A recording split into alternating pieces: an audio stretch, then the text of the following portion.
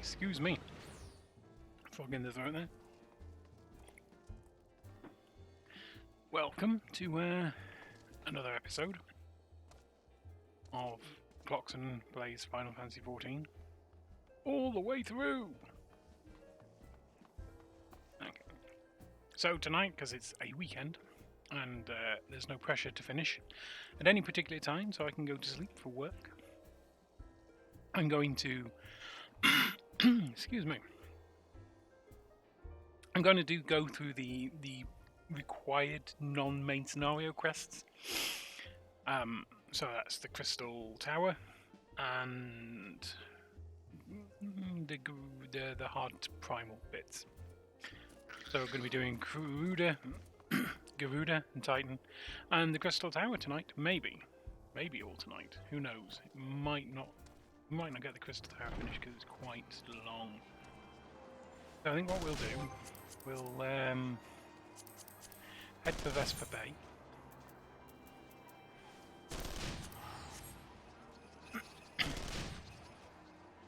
We'll pick up Garuda. Oh, excuse me. Really don't know what's wrong tonight. We'll pick up Garuda. We'll kick that off, and while we've kicked that off, we'll return to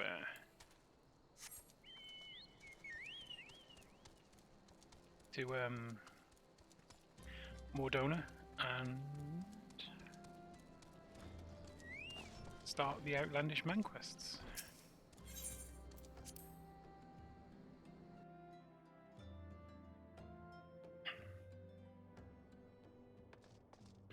I believe we need to talk to Papilimo for this one.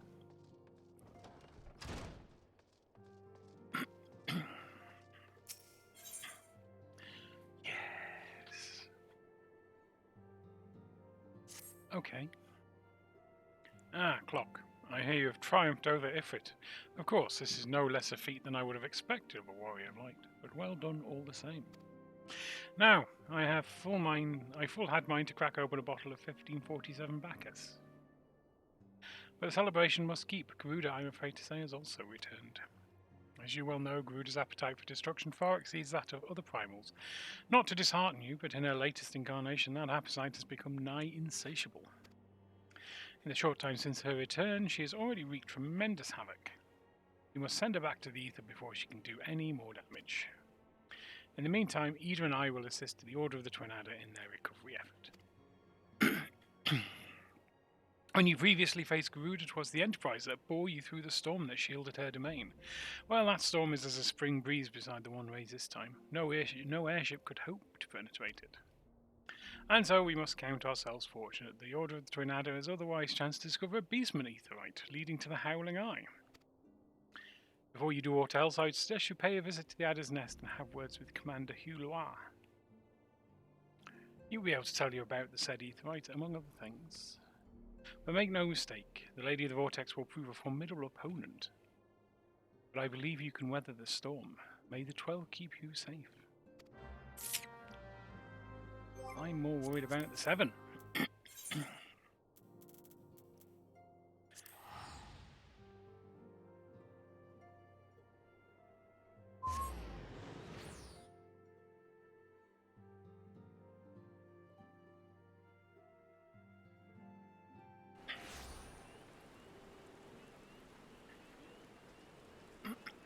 Wrong way. Do one.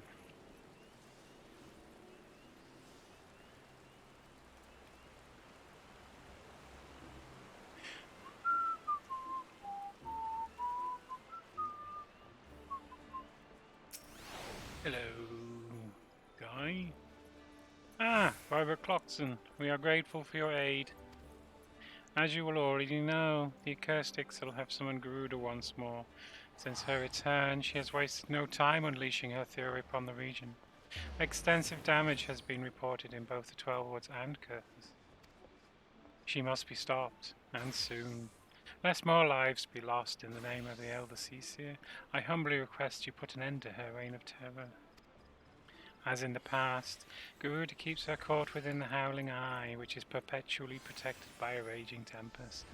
Fortunately, we have learned of an alternate way into her domain. The Ixal have constructed an aetherite within Natalan, their stronghold in the central highlands of Kurthus. This aetherite will take you to Garuda's tempestuous realm. We owe this discovery to the Ishgardians, whom the elders Circes desired to repay the kindness you showed them. For the sake of our people, as well as theirs, may your mission be met with success. Sure. Right, Kurthus. Kurthus.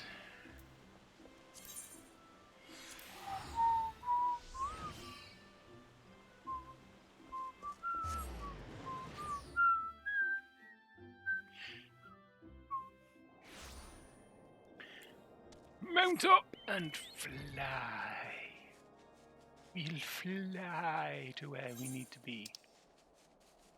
Where is it? Oh, it's over there.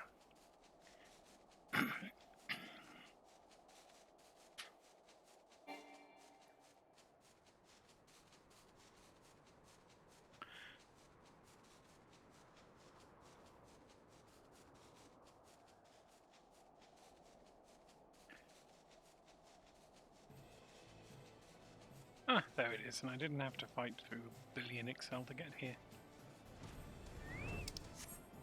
I do like flying. We were tuning, we were tuning, we were tuned.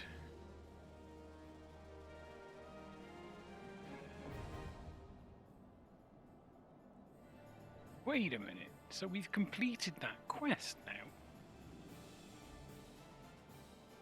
Do we actually need to do the dungeon? We're going to. Because why wouldn't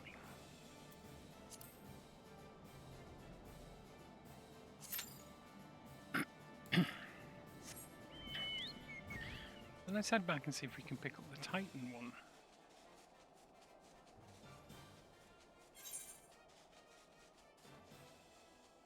Oh, can you go in through this way?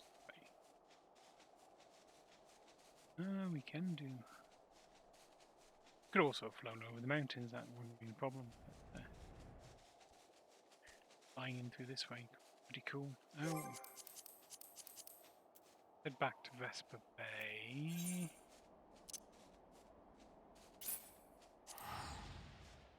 See if we can open up the Titan Aetherite while we're here. Although we did actually open up the Titan Aetherite before.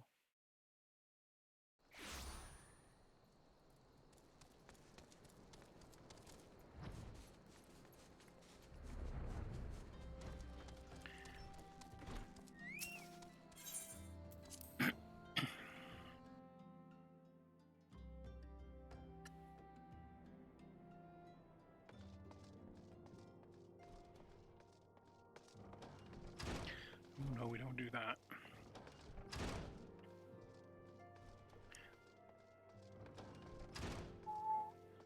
Ooh, Ishtala has. Why can't we have this? Ah. So we have to do it then. Otherwise we can't unlock that one. Fair enough. Let's not sit around here though. Let's go and talk to... Oh, this is bit resource wasty, but let's go and talk to that guy.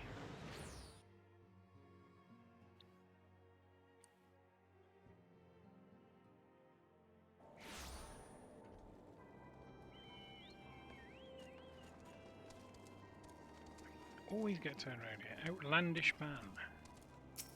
Hello, outlandish man.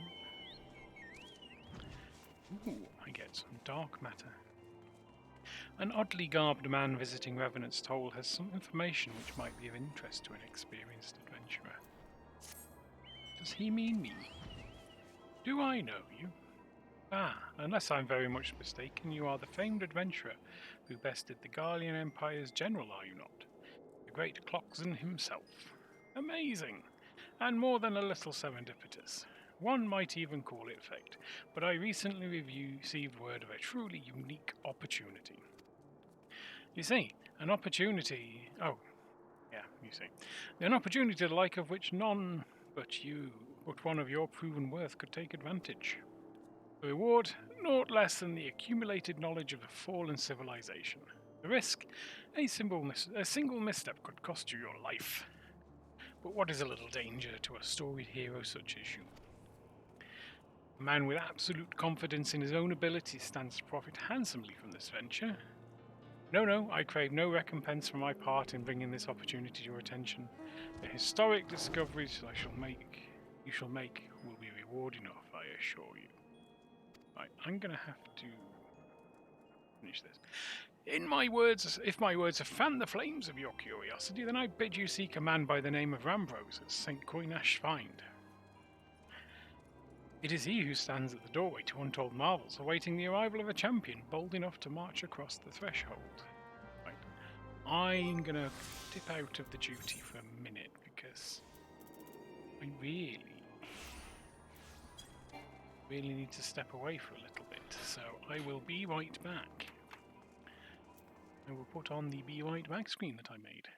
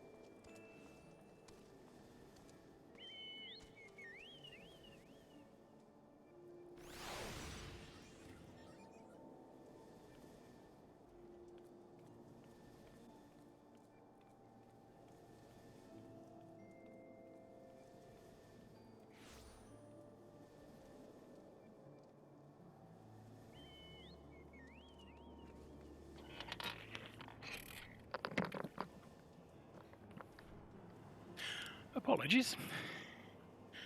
I'm back though. Shall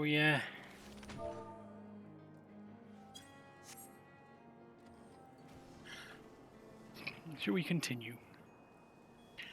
Right, so we'd spoken to Outlandish Man, he said go and speak to Ambrose. But we cancelled our duty, so let's rejoin our duty. And now let's go and speak to Ambrose.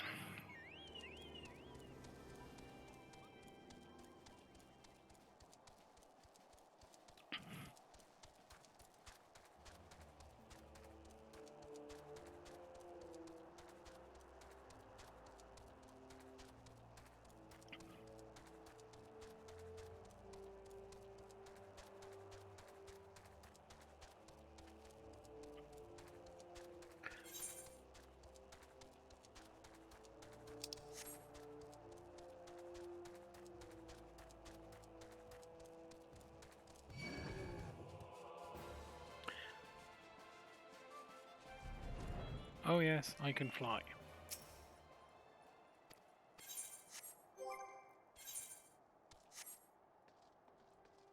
Ooh, it's Ambrose. Ooh, it's a proper cutscene. Ooh, we don't have to skip through it. Why, if it isn't Cloxon himself. I was not expecting such a celebrated guest. To what do I owe the honour of this visit?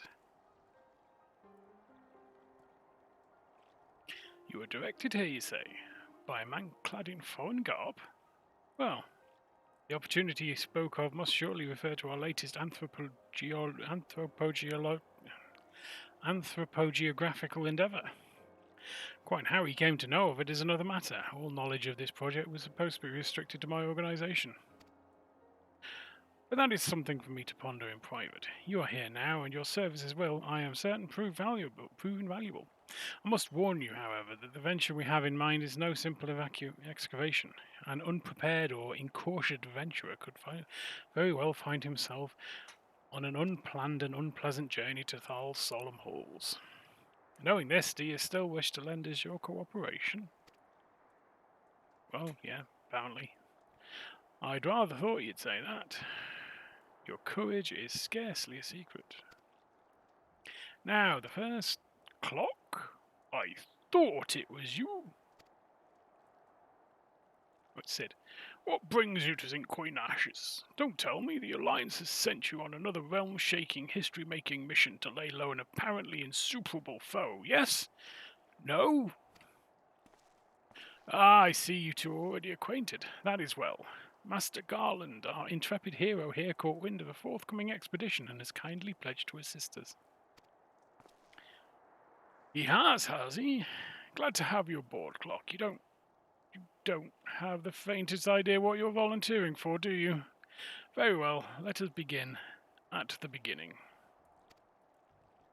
The Sons of St. Coinish are tasked with unearthing the secrets of the long-fallen Allagan Empire, and this present endeavour aims to delve more deeply into the civilization's mysteries than ever before. But I know that look. In the event that you feel ill-equipped to contribute much on the subject of Allagan archaeology, I invite you to recall your encounter with the Ultima weapon. That mechanical monstrosity represented a feat of engineering far beyond aught Garlemald can presently achieve. Nero Tolskay simply awoke it. I mention this by way of reminder that you have had what one might term extensive first-hand experience with a notable Allagan relic. In short, you're practically an archaeologist. So that's one way of putting it. Now to the core of the matter. Here, in Mordona, there stands an entire Allagan structure which we have yet to investigate. I speak, of course, of the Crystal Tower. After witnessing the destructive capabilities of the Ultima weapon and the Lesser Moon Dalamud before it, it seems wise to treat any remnants from that era with utmost caution. They must be analysed, monitored, and, above all, kept from falling into the wrong hands. To put it plain, I have no wish to see another megalomaniacal legatus wield one of these weapons. It was this thought which first moved me to contact the Sons and propose that the tower be explored. So there you go. It's all Sid's fault. For several millennia, the Crystal Tower remained hidden, buried deep underground, but like so many other things that were better left undisturbed, the structure was freed from its stony prison by a great upheaval which accompanied the coming of the Seventh Umbral Era. It now stands revealed in all its splendour, a gleaming spear of crystal pointing at the bosom of the heavens.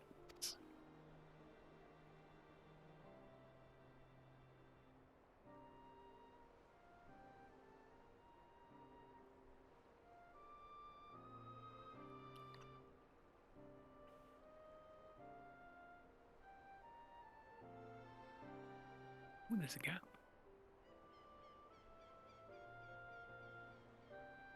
Go on, Sid. Chuck something at it.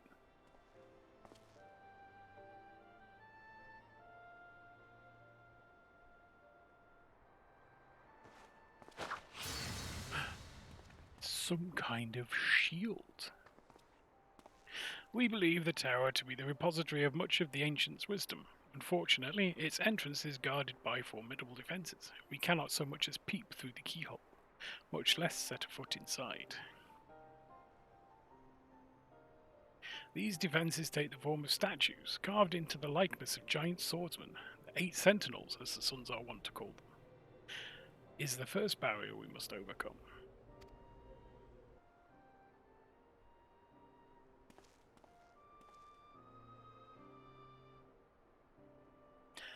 Well, they're different colours. Chuck some crystals at them.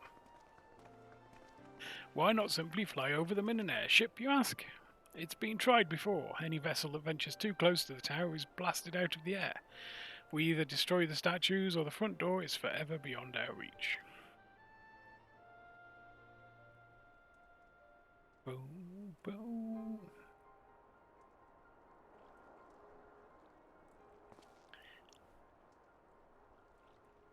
My colleagues and I are ill-suited to negotiating such deadly hazards. Thus, if we are to gain access to the tower secrets, we must needs employ the services of an experienced adventurer. I'll go and find you one. It will be difficult and dangerous, Clarkson, but I think I can think of no finer man for the task. Okay. If I didn't know you better, I'd say you had a taste for these deadly escapades. I look forward to working with you again. There is much and more to be done before we can begin the expedition proper. Take some time to prepare yourself, and I shall explain the challenges that lie ahead. Cool. That was like a 6-minute cutscene.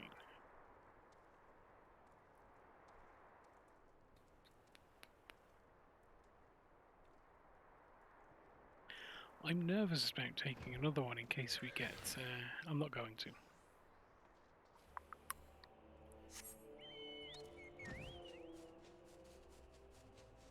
What shall we do, though, is the question.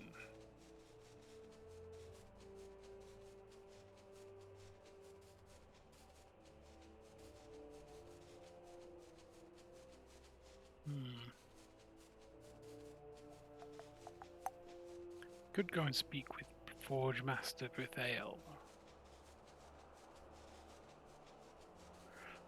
But again, it's a cutscene, isn't it?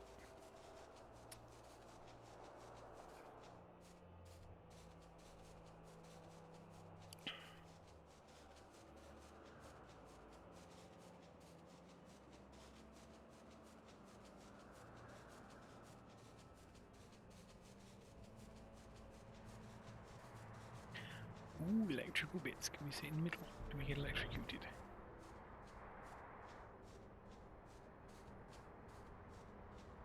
Oh no, we have to sit in between there.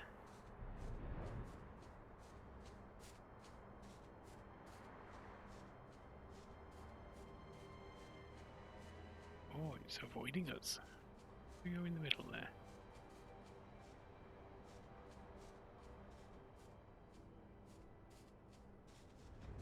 It wasn't avoiding us, really.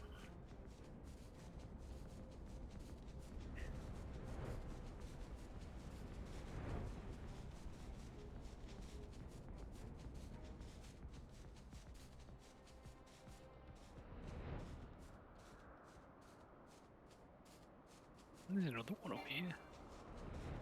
Oh, we can't fly higher or go out. This feels lazy.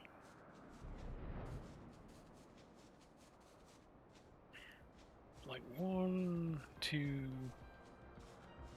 3 different models in use.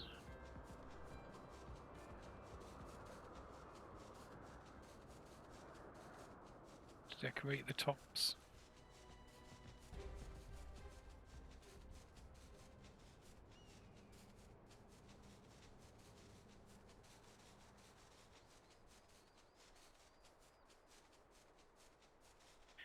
Cool how you can see the patterns from a distance, but up close it's less easy to discern.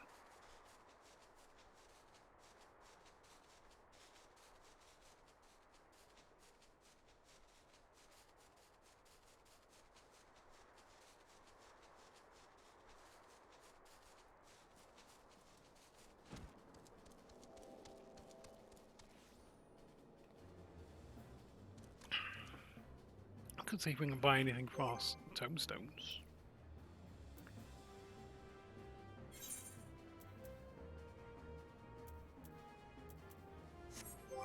How many do we have?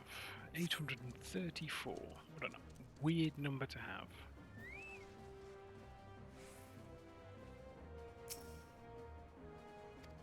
I don't have any of those.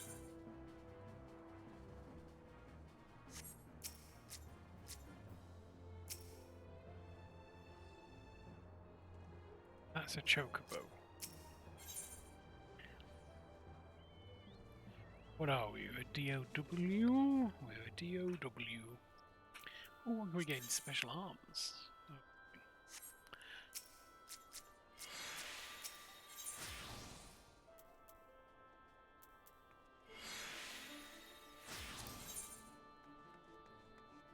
Ooh, cheap. Not quite cheap enough. So 9 works.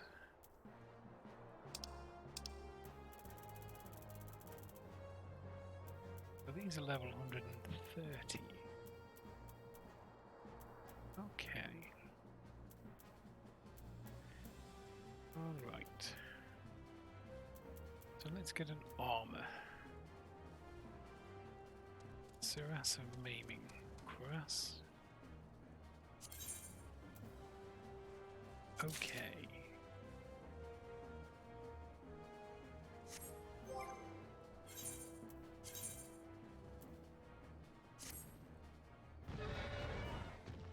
Well, it's less spiky.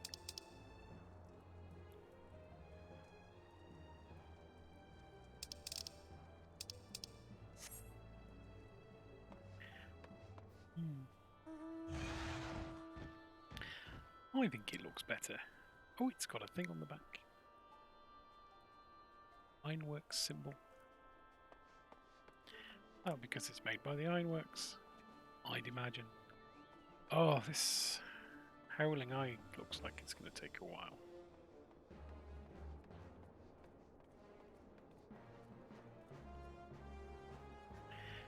I'm beginning to regret doing a filler episode.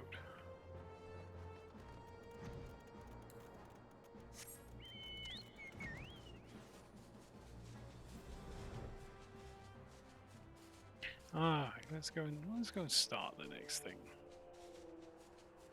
And hope it's not a cutscene.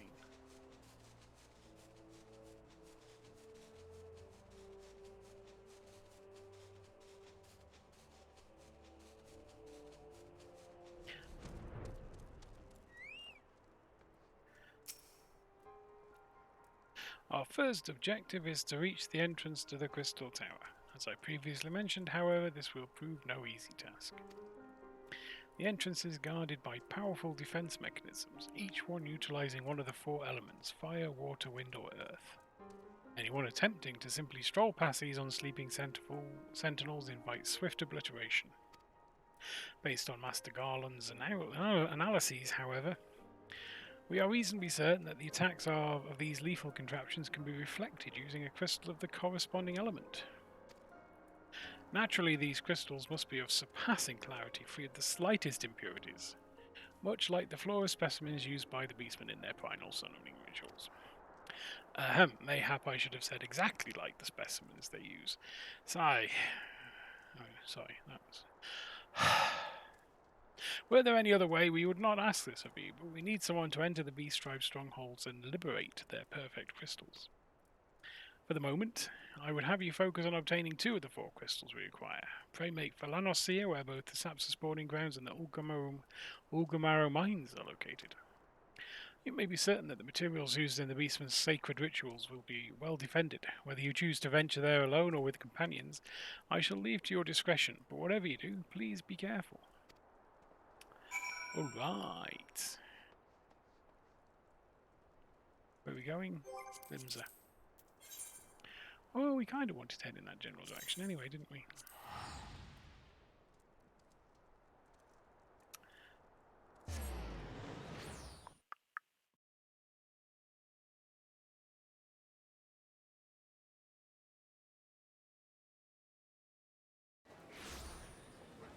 Here we are.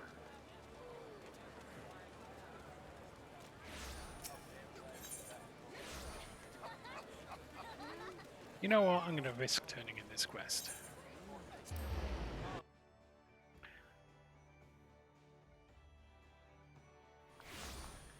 Well, they are quite long.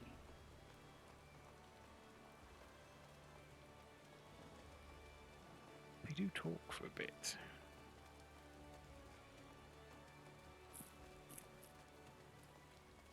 I'll just go to...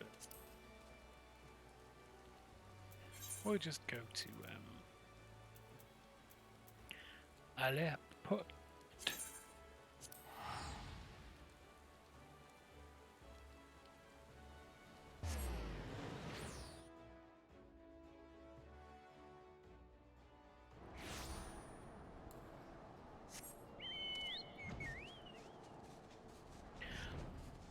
I think I might have a shave tomorrow.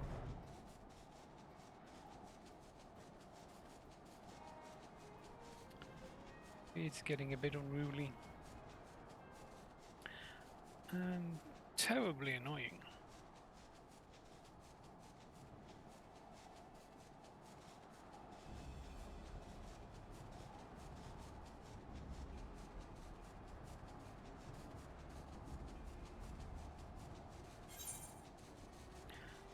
Gosh, this is a long way away.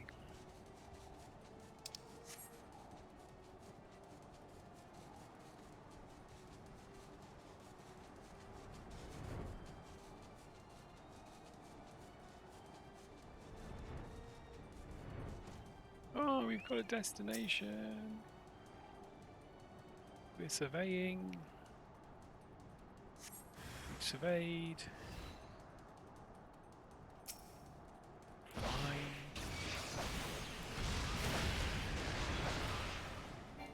Oops.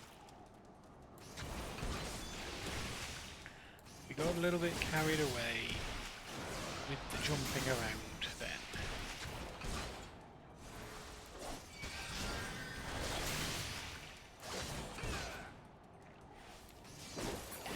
That's one dead Sarkin. Right. Might as well fly there because we're not doing anything else. Oh no, we're stuck. Very pretty. Let's teleport there because, you know.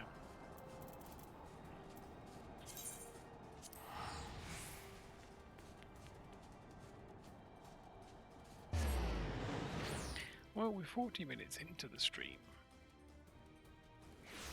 and have not yet done the first thing we came in to do.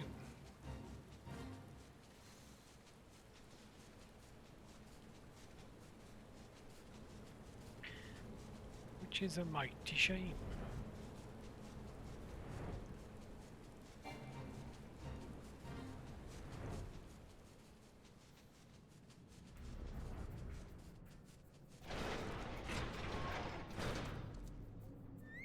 It's not as far as I thought it'd be.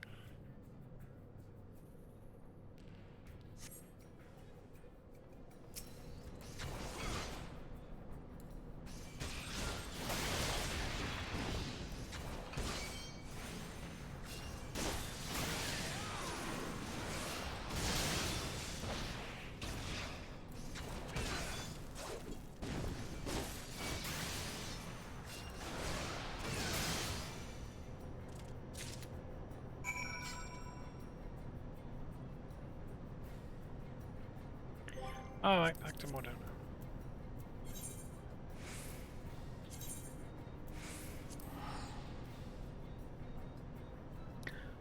I'm gonna make Mordona my free destination.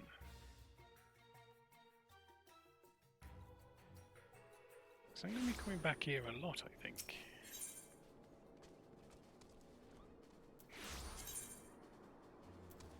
Yes. And necessarily will make Rodana a favoured destination.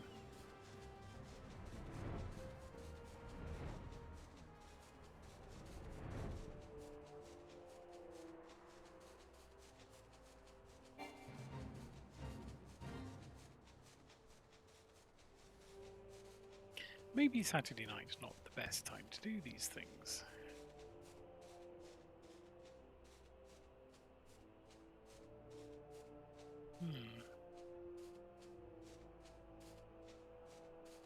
Maybe it's not. Maybe Tuesday's a better time to do these.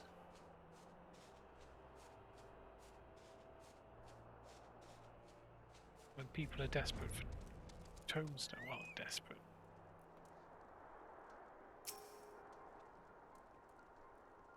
How progress your efforts in infiltrating the Beastman strongholds? I got the thing you wanted. So these are the famed flawless crystals of the beast tribes. I've seen countless specimens from I know not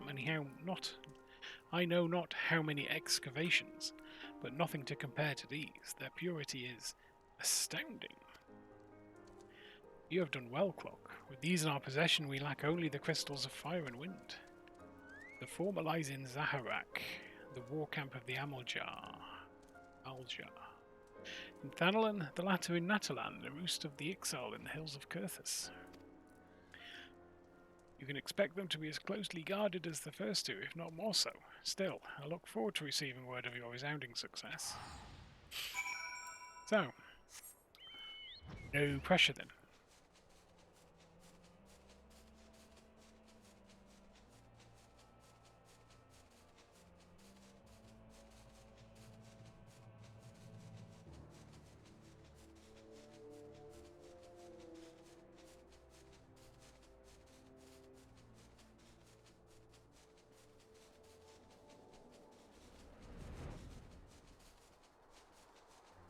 Let's go over the wall.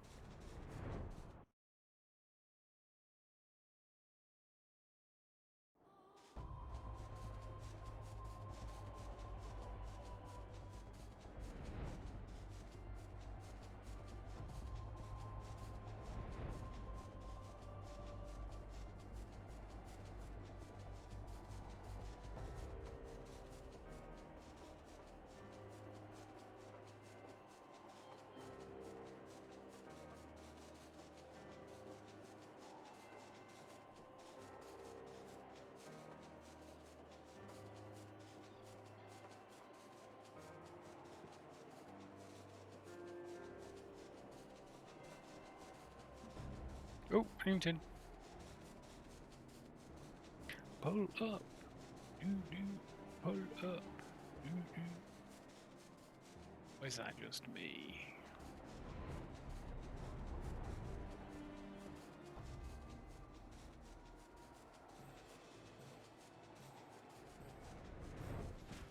Don't mind me just stealing your crystals. A wind talon. Ooh, Skycaller.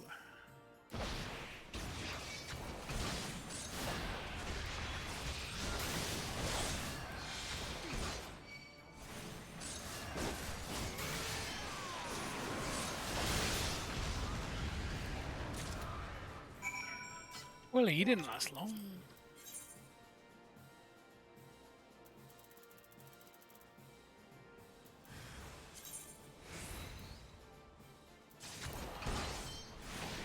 Oh, he's dead. Also wanted a Skycaller. Wonder if I'll meet him here shortly. Or if he's already been to Aljar.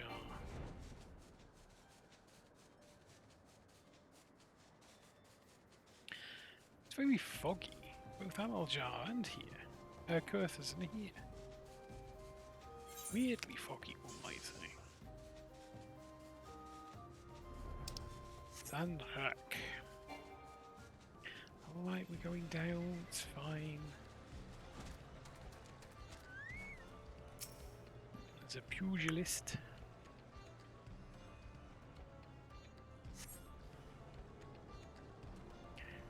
Hello, flame eater. Why you eat flames though? Seems not particularly nutritious. Of course.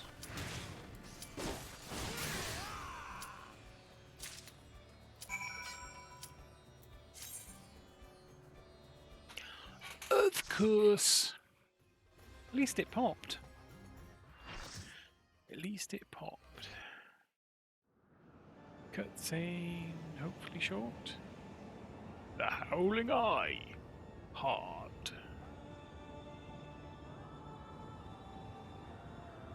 Ooh, here she comes again.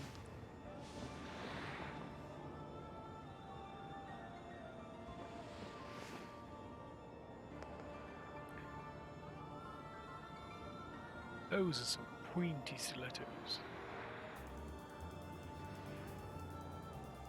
Please don't talk. Please just stand there and then let us hit you. Ooh, screamy.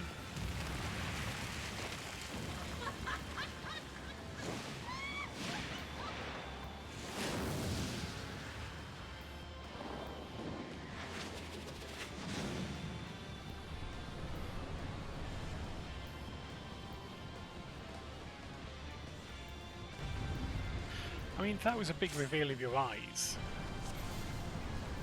It wasn't a particularly big reveal of your eyes. I suggest that.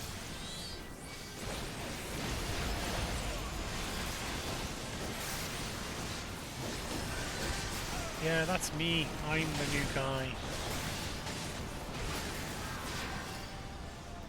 Oh.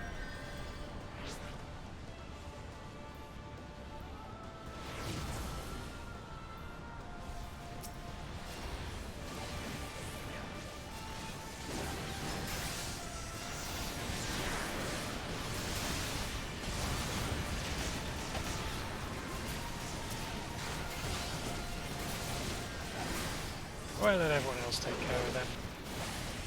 They're probably better equipped for it than I am. Having AoE and shit stuff. Having AoE and stuff.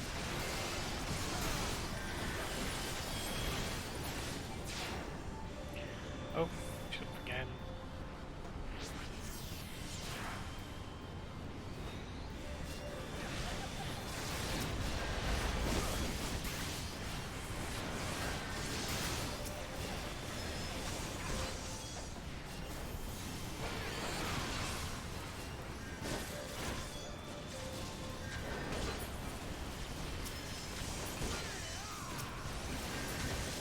It's been a while since I've done this one, so I don't actually know how much you need to do. That's the thing.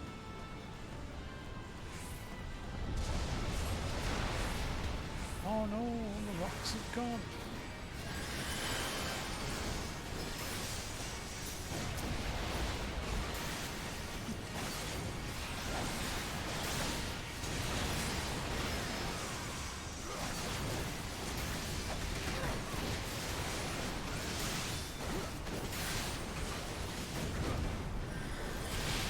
Like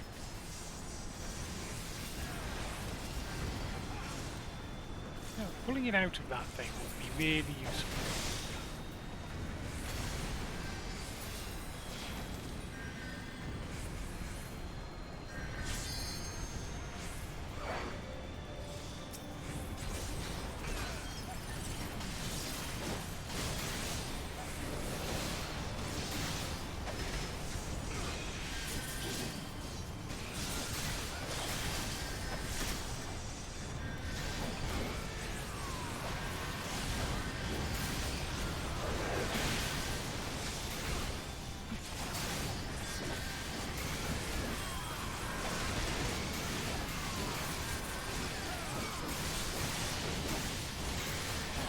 Right, that's that done. That is Garuda murdered once more.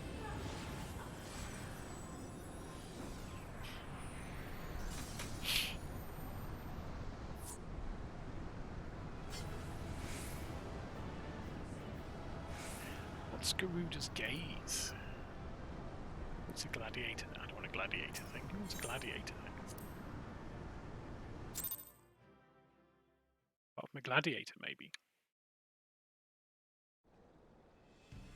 Alright, so we've done that. So we'll head back to Vesper Bay.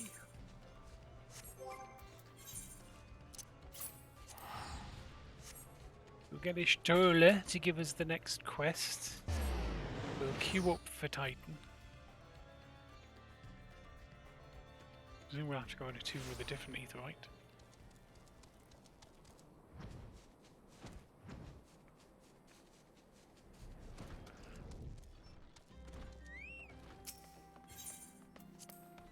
Yes, enter the Waking Sands. Why wouldn't I want to enter the Waking Sands? Oh, I might be able to afford another big ear.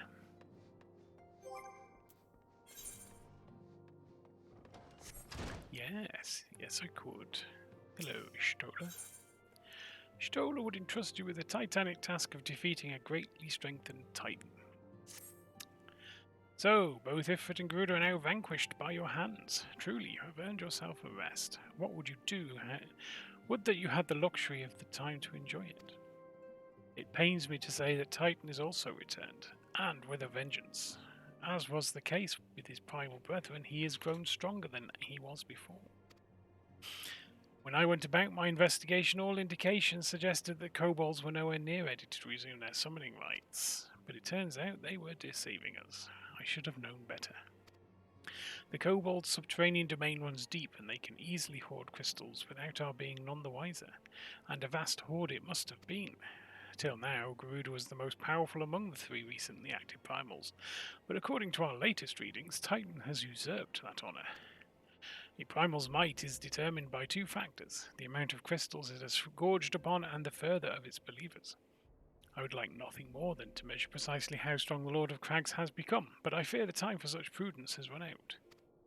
We have already received an official request for assistance from the Maelstrom, and as you might expect, it is addressed to you. Me? For your previous encounter with Titan, you travelled to his demands by way of the Aetheryte first discovered by the Company of Heroes. Sad to say, this Aetheryte no longer seems to respond. But do not despair, for the Maelstrom has reportedly found another in its place. You will want to speak with Commander Riki at the Maelstrom Command for details. I cannot stress this enough, but Titan has grown fearsome strong. See to it that you spare no preparation. Alright. Off to Limsa again.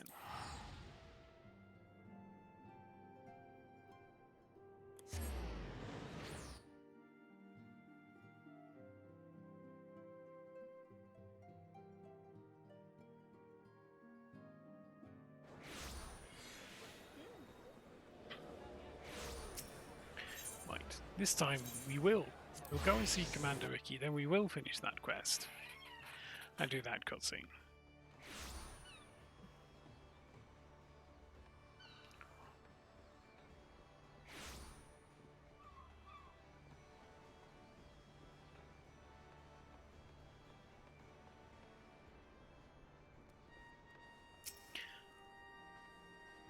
Ah, Clockson of the Science, your presence is most welcome. I am chagrined that we must turn to you again to lay Titan low.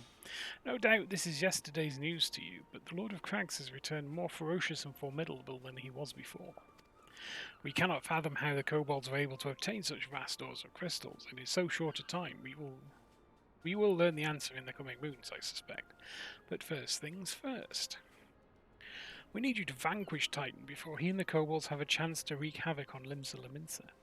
You have felled the primal before, and we believe that you can emerge victorious once more. We've learned of a new Aetheryte that will take you to the navel. It's situated deep within the Ugamaro mines. Not the most convenient of locations, admittedly, so you will have to cut yourself a path. Fly. Please make all haste. The Titan's mere presence emboldens the kobolds, and it's only a matter of time before they move in force against us. May the Navigator guide you on your way, Clockson. Okie doke then. Alright. Let's go and talk to Brithael.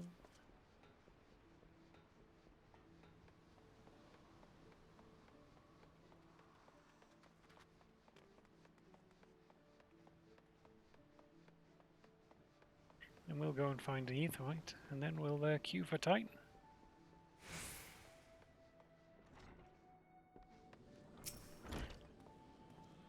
About time Randall sent me a new recruit. Ah, it's been too long. Ahem, I'm Brithael, Forge Master of the Blacksmiths Guild. If you're aiming to become a smithy worth the name, it would be my great pleasure to educate you on the finer points of the craft. Oh, the rest of these sour-faced sods will tell you it's hard and grueling work, fit only for the best and brightest, but I say put a hammer in the hands of the willing and see what happens. What do you say then, lad? Will you swing a hammer for old Brithael? Sure. Aha, I knew I liked you the moment that eyes on you. What did you say your name was again? Clockson. A name fit for a hero if I ever heard one. In fact, I reckon I did hear it in a bard song once. Was it a poor sod cursing in his cups at the wench? Bah, don't matter. If it was saving the world or bedding someone's mother, it's time to forge yourself a new reputation. Pound out a new legend, and you can trust old Brithael to help you do it. But there I go, putting the cart before the chocobo. Here, lad, take this crossbeam hammer. A smithy without a hammer is like me without a drink. Bloody useless. Well, don't just stand there gawping at her. Take her in your hands and have a few practice swings. Whatever you fancy. She's all yours now. Ah, what I wouldn't give to be you right now, lad. A smithy never gets his first hammer. Right. Sure. Well, it's off the roster, so we'll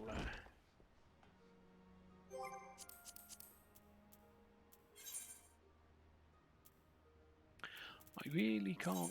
No. Oh shit! No, sod, no. There, we want to go there without using an Aetherite ticket.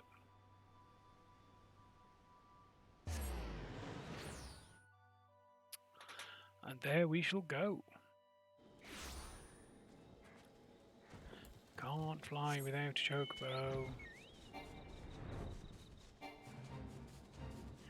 I don't want to do the fate.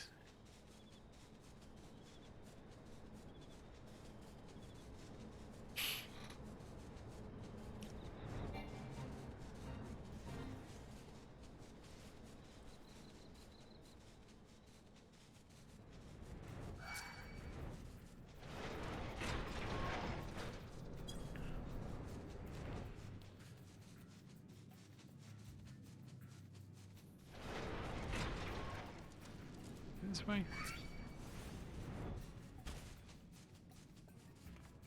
Ooh, I reckon it is. Ah, we gave up.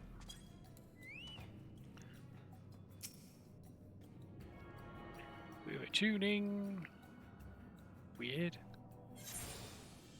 Complete. Alright. Let's queue. For the naval.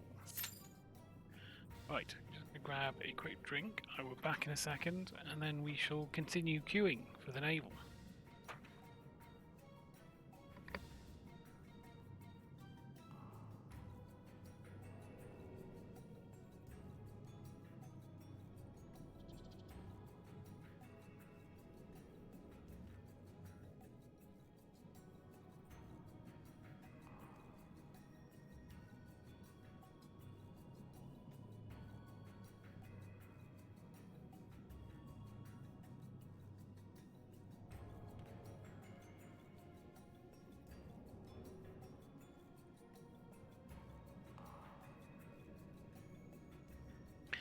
There, back just in time to not go into this dungeon.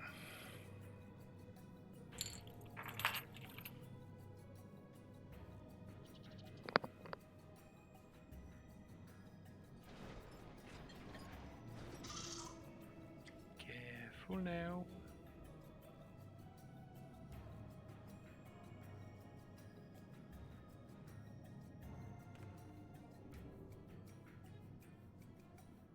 No, someone just flew over me.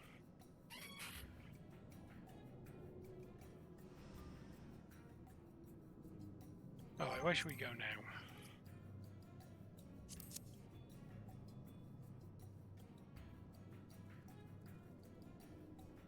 We can go back to Wodona.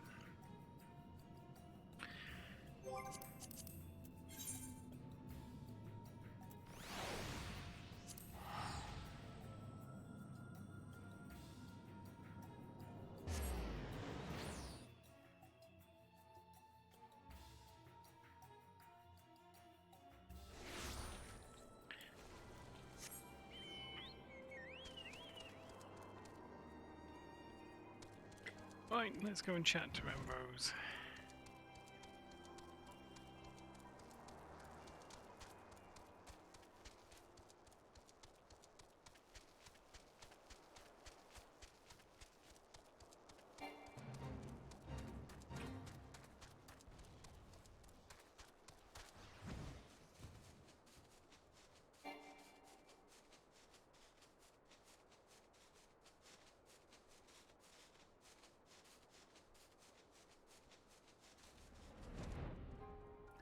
Hello, Rambo.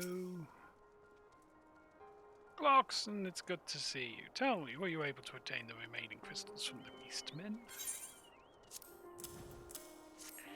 Did. Wonderful. With all 4 crystals in hand, we're now ready to proceed with the next stage of our preparations. Throwing people at the barriers until they break? Ah, I hope I did not give you the impression that we'd be embarking on our journey to the Crystal Tower just yet.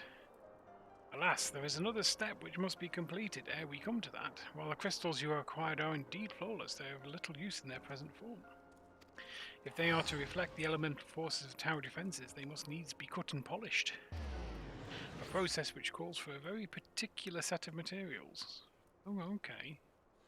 Procuring them will be a challenge in itself, I fear. Needless to say, we'll be requiring your services once again. Let me put on my shocked face.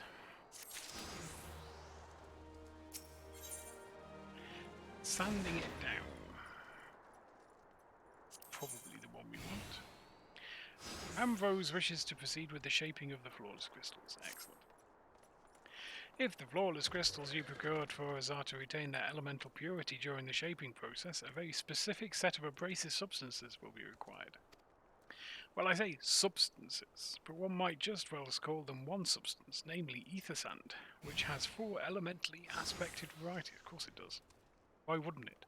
Alas, ether sand is neither common nor cheap. Again, of course.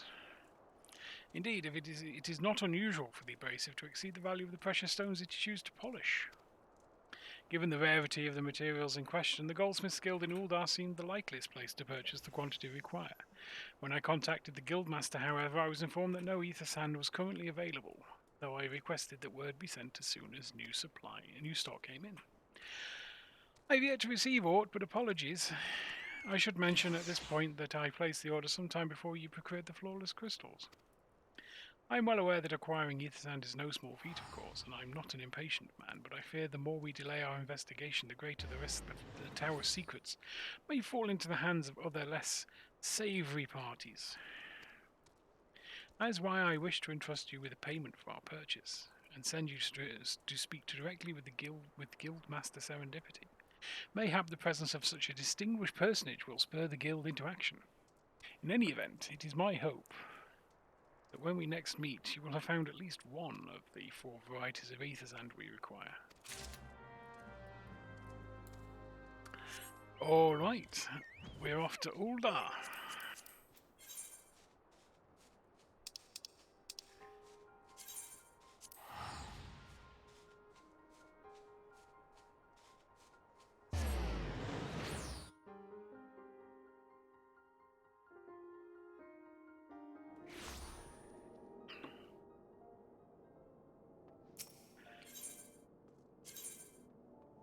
Goldsmiths Guild.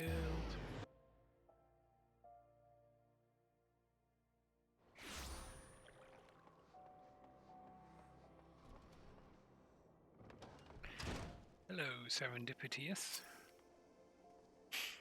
Ah, Master Clockson, welcome, welcome. What brings you here, if I may ask? This bulging gill pouch, which I hid down my pants on the way over so it looked like I had a much larger package.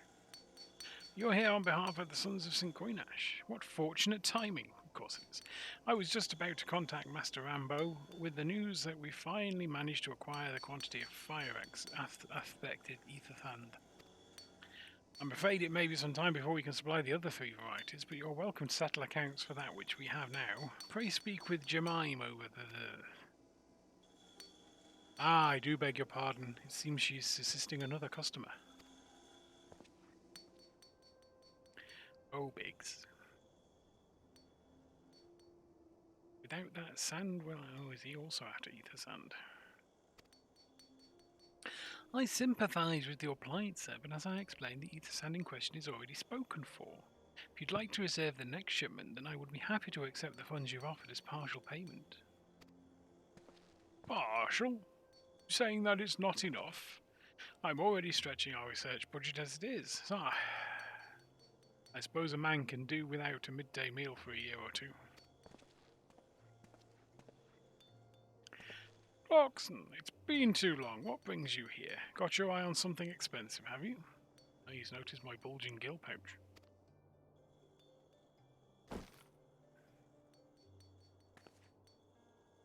Yep, that's a huge bag of gill. Well now, that is quite a money pouch. The sound of so many gill clinking together is strangely satisfying, is it not? Calming and yet invigorating at the same time. You're weird. Oh no, you're here for the blooming ether sand, aren't you? Sorry. Well, I can't deny the Allegan civilization's a subject worth researching. The chief said he was looking into something big, but we never thought to ask him what. Wedge and I have been too busy tinkering with a new airship design to think of much else, see? Well, I say tinkering. Wrestling would be more like it. Still, after much wringing of hands and gnashing of teeth, we'd managed to put together a prototype crystal-powered propulsion system. We got the idea for it when we heard how you lot had used corrupted crystal on board the Enterprise. As a matter of fact... Anyway, to cut a long story short, our design calls for all 4 varieties of ether sand. And that's why I can't just relinquish my claim on this batch here, even for you, lad. How are we meant to usher in a brave new era, age of technological innovation, if not by technologically innovating? While I hesitate to interrupt such an impassioned speech, duty compels me to point out that this gentleman is a representative of the organisation that reserved the ether sand in question, to mention nothing of the fact that his purse is considerably larger than yours. Take that, Biggs. Oh, it's like that, is it?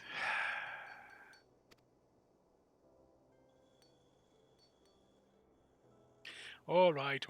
This batch is yours. I'll let you have it, but if you're going to take my sand, the only fair you grant me a role on this project of yours. I'll take that as a yes.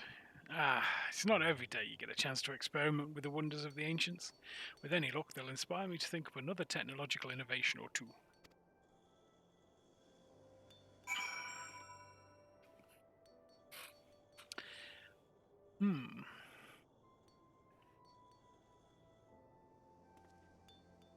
Speak with Biggs. Just have. Now then, from what you've told me, I'm guessing you'll be needing the other 3 varieties of elementally aspected ether sand as well, right? Then rather than sitting on your rump waiting for a shipment that may never come, I reckon that your time would be better spent looking for the stuff yourself, and it just so happens that I know a good place to start. There's said to be a peddler in northern Thanalan who very occasionally handles the Earth-expected variety of ether sand. Wedge is in the process of confirming the rumour as we speak. I know what you're thinking. When did my timid little friend decide he didn't need me to hold his hand anymore? The answer being, just the other day. Seems he's been inspired by a certain adventure's heroic example. I thought he was joking when he volunteered to go to Thanalan without me. I just hope he manages to stay out of trouble. But he won't. Head out to Blue Fog and you should find him poking about with his new bodyguard. Oh, did I mention her? Aye.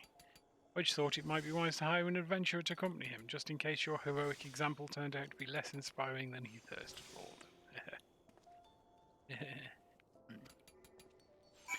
Off to Blue Fog. Teleport. Blue Fog. Doom. Doom. Doom. Doom. Doom.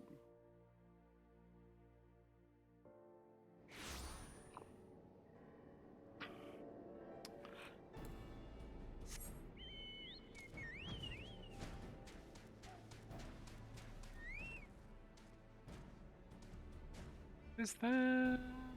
Yes. Save your greetings. If you're looking for a hired blade, then you'll have to look elsewhere. After the day I've had, the only company I crave is a squat silent type. The type that has a handle and holds no less than a pint of ale. You wish to hear my tale? I warn you, 'tis no stirring epic. But as you asked, my employer, a Lalafellan lad, wished to pay a visit to a peddler who deals in some manner of special sand. I forget what it's called, but it's apparently worth a small fortune. Anyway, when we arrived, the man claimed his stock had been stolen by bandits.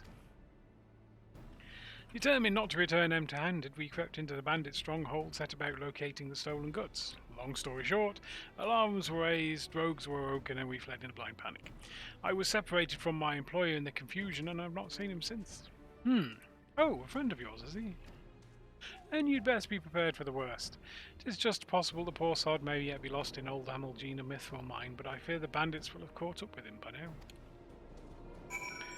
Oh, Wedge. Wedge. Wedge.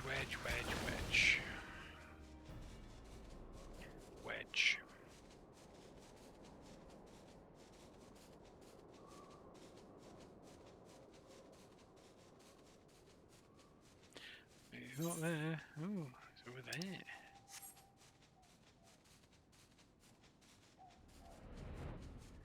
Great!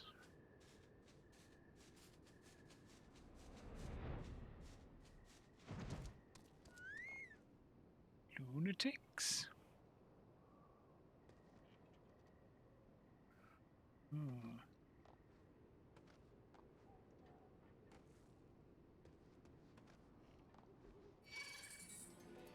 Oh shit, grenades are apparently aggro.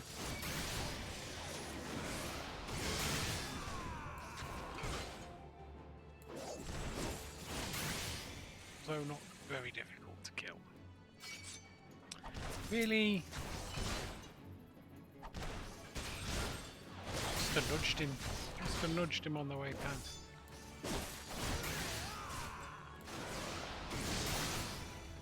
Still, dead now. There he is.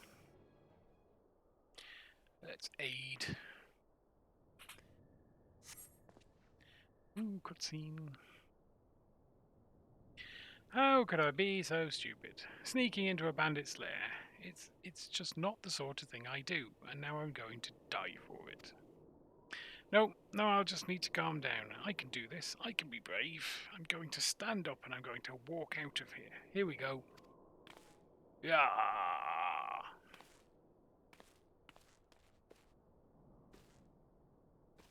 Yeah.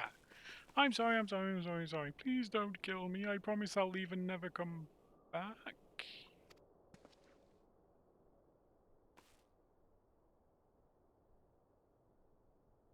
Clarkson? Is it really you? But how did you find me? Can you smell fear? Actually, ignore that smell. I expect you're wondering why I'm here. Well, I was just in the process of retrieving some stolen ether sand, which Biggs and I need for our research. As it happens, it was, I concede, perhaps a touch foolish, and very nearly fatal. But I did succeed in snatching the staff. Before my bodyguard ran away and several dozen bandits came piling after me with knives and axes, and what looked very much like a plank with a rusty nail in it. Anyway, the important thing is that the stolen ether sand is right here in my... oh dear. Must have fallen out when I was taking evasive maneuvers. It seems I won't be leaving this infernal place for a while yet. You'll find the ether sand in my stead? You knew I would. Oh, thank the gods. You are a true friend, Clarkson. I hope your search doesn't prove too troublesome, and the bandits don't seem to care too much for visitors. Yeah, no, met one. He didn't care a lot for my spear. I must admit, he was like, Really? Maybe I'm just too big to sneak behind him. Maybe he's seeing my shoulder pass through his chest. He's like, that seems unlikely. Really? You weren't even looking in my direction.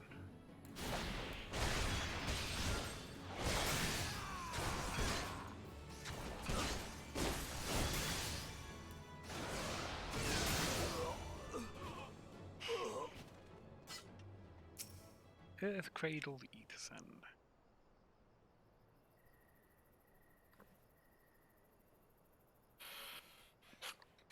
So do I just sneak off with this and leave Wedge to himself?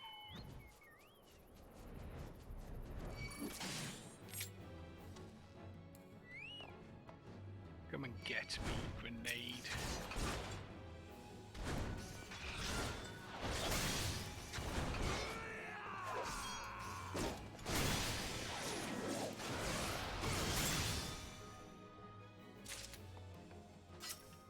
Oh, he's back to hiding in the corner. Bloxon, have you had any luck locating the ether sand? I have. Yes, that's it. I must return to the workshop at once and tell Spig there's wonderful news. What's that? You're also on a mission to collect ether sand? And you're working with the chief? A treasure trove of elegant knowledge, you say? I see. Then you should really be the one to have this. Biggs and I are far from exhausting all possible avenues of airship innovation, but it sounds as if your problem can't be solved by any other means. This expedition of yours sounds jolly interesting, I must say. I'm half inclined to join you. In fact, I think I will. Any venture worth the chief times must be worth a look. Right, I'm more than ready to leave this awful place behind, and you should return to Mordone with that ether sand before there are any more little mishaps. Be sure to keep a close eye on your pockets, Clocks. Alright, back to Mordona.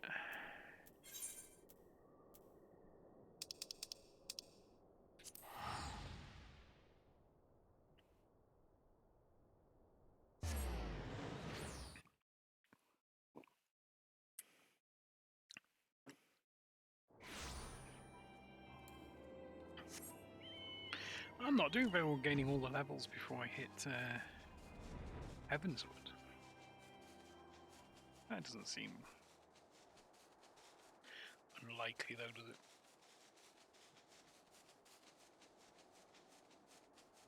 We're going.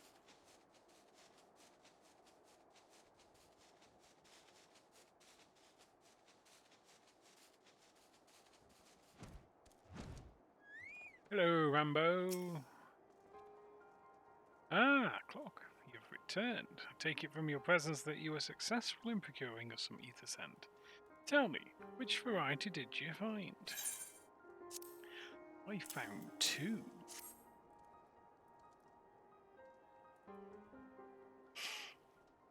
I see.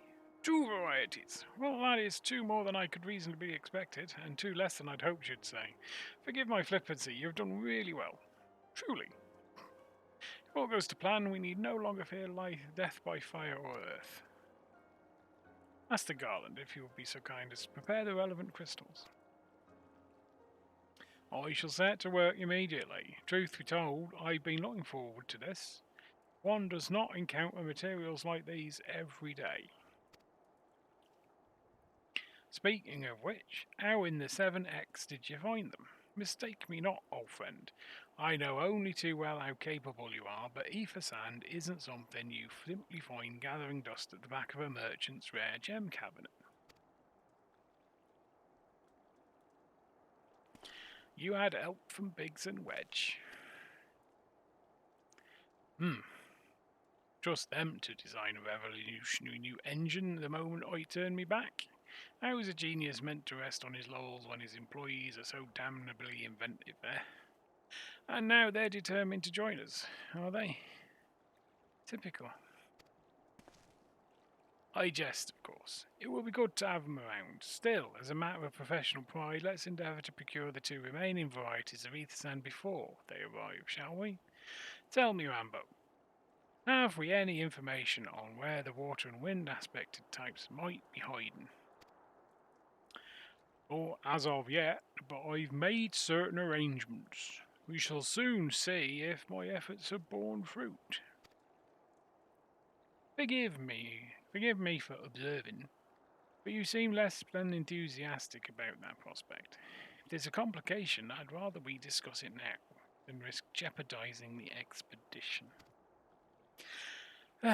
Mayhap an explanation is in order, but first let us savour the preliminary victory that Clockton has won for our cause, if only for a moment.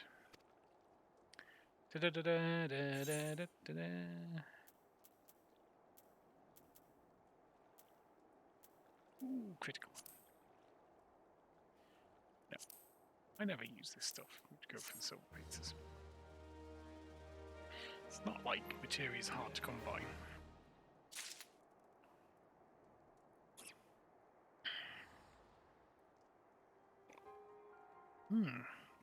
I mean, 22 minutes into a 19-minute wait time. Oh, 22-minute wait. Okay.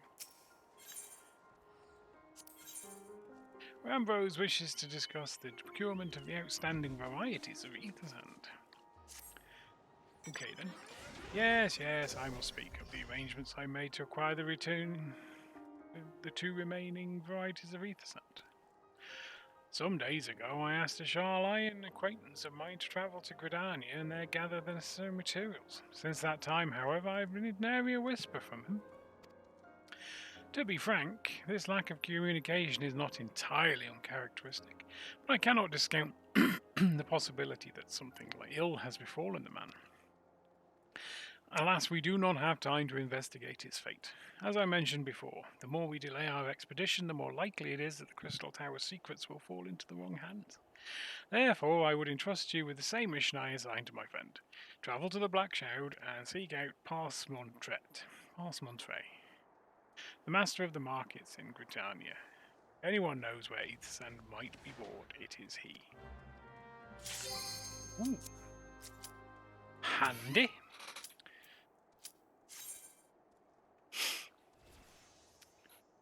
My memory of this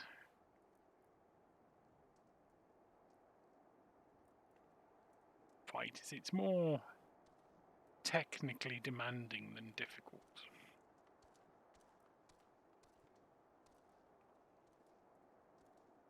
Please don't fail. Yes. Excellent.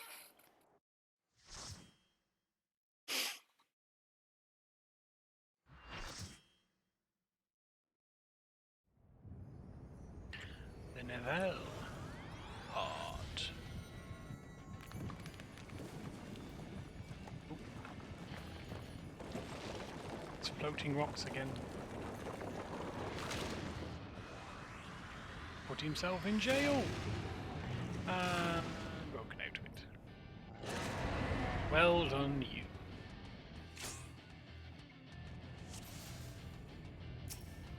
Hello, Titan.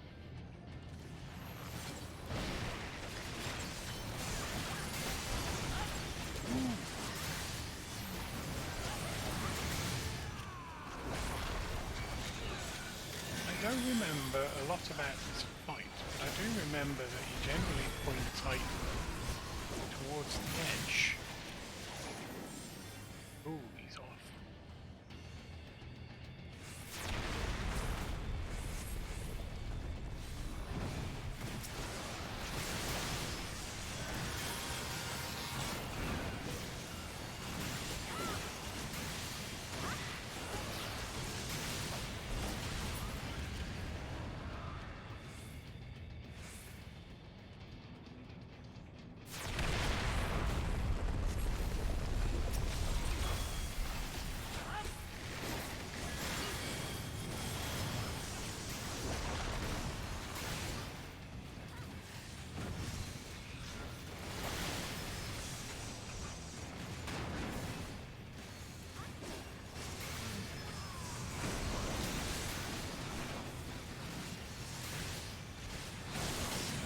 stand over here.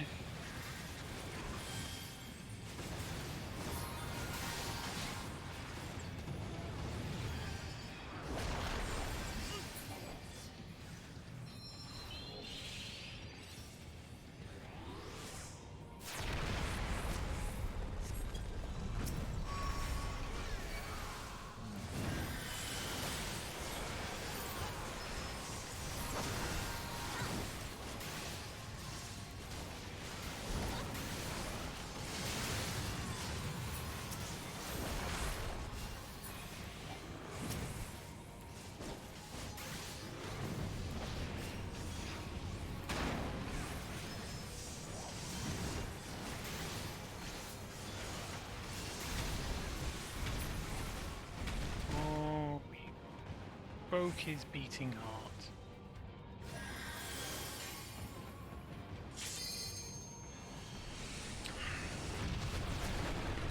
Was it we bestilled his beating heart?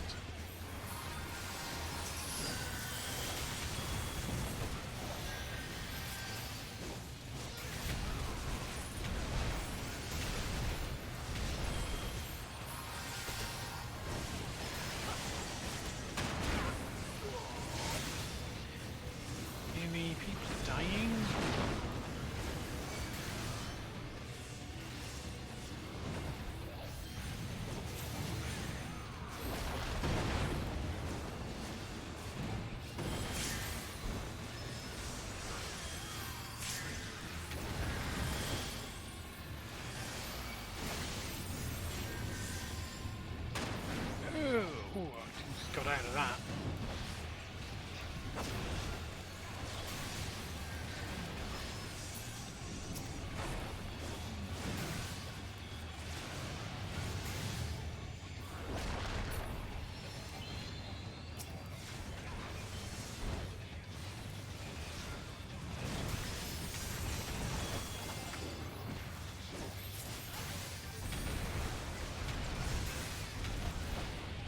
This is not going as well as the other ones.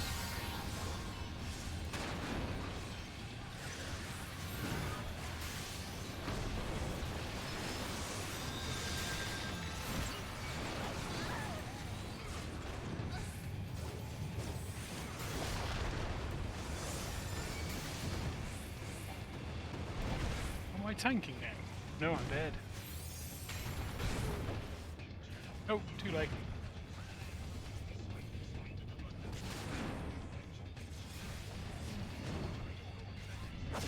Just jump off the frickin' side.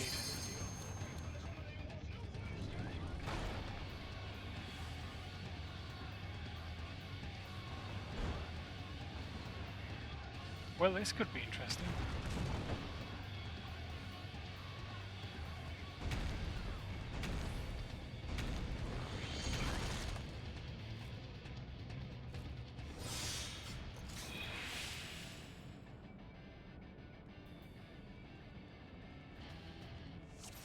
Well, at least we get some echo.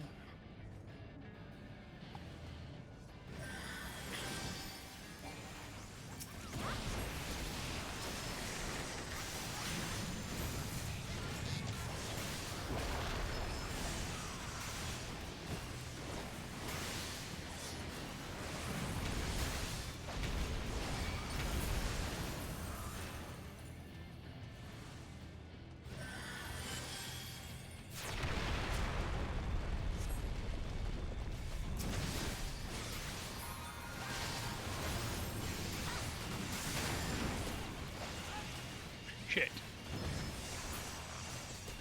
Don't want to go anywhere near that one.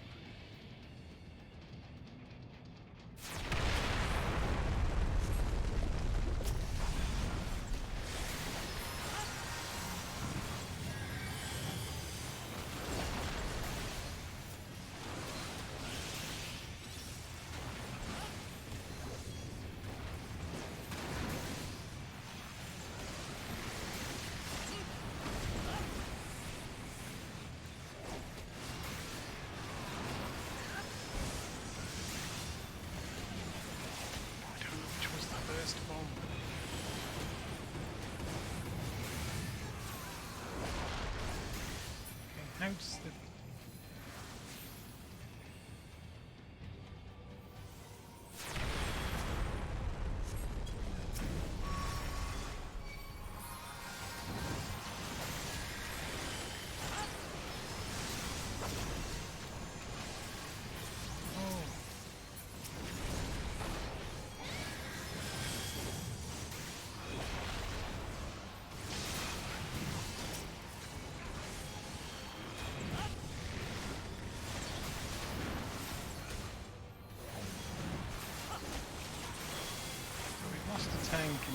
guess downside by the looks of it.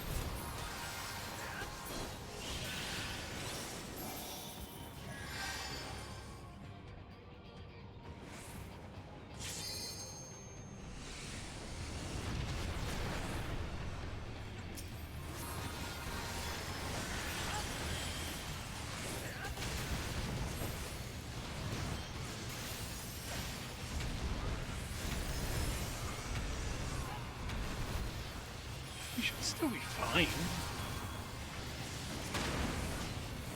As long as no one else falls off.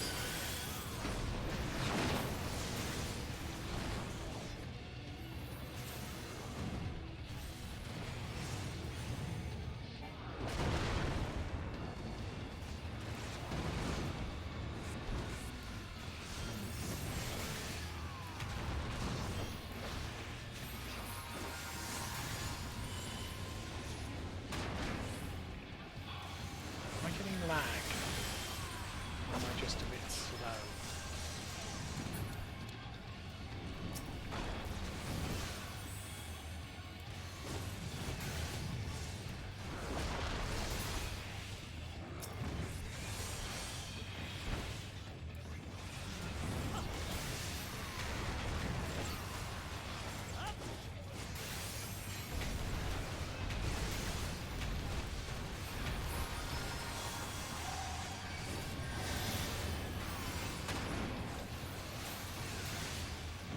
Just a bit slow, I think.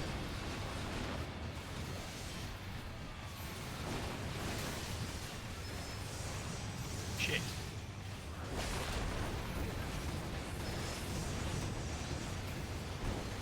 Crap.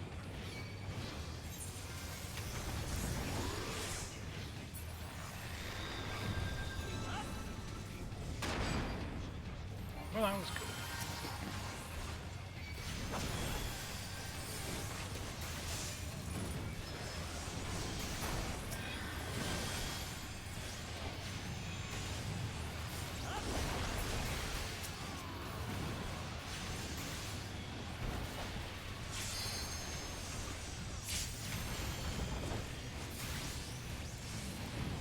How are we looking, though, is the thing.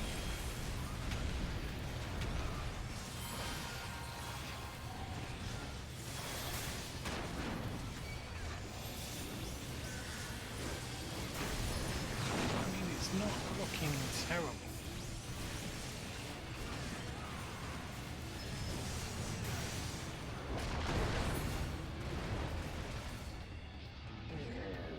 Oh, there we go. We made it.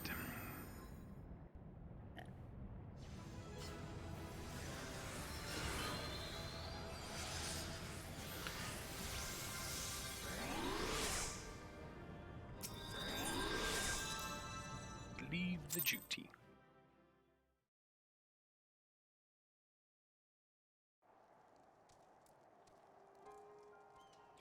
Okay, we're going to Vidania.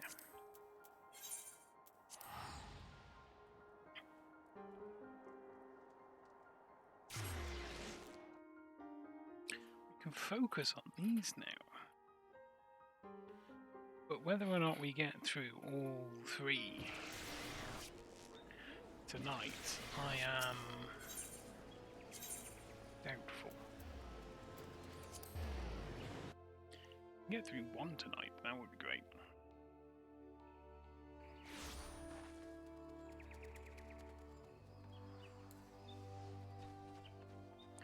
Because they're fairly long.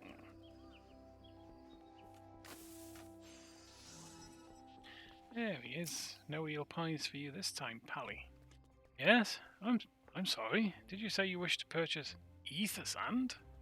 My dear fellow, have you the faintest idea of the rarity of the material you seek?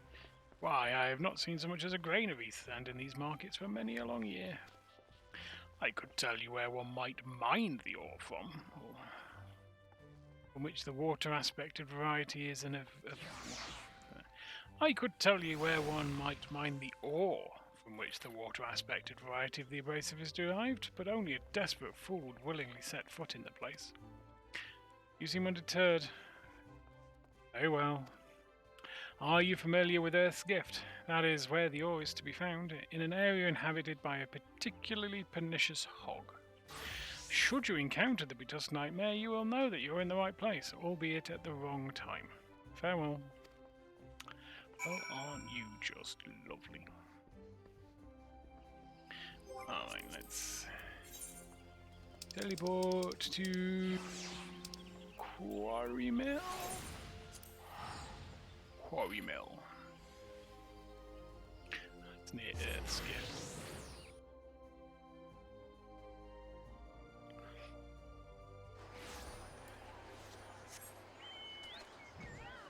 Fly, my beauty, fly.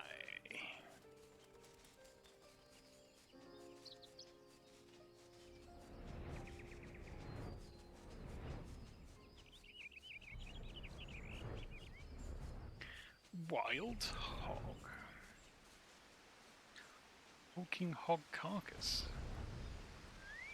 Is this gonna have ether sand? Or has Biggs been here? Somehow managed to kill this hulking hog carcass himself. You are too late, adventurer, and not only for the entertainment. You will find no trace of the ore which but recently lay here. Nay, not so much as a speck.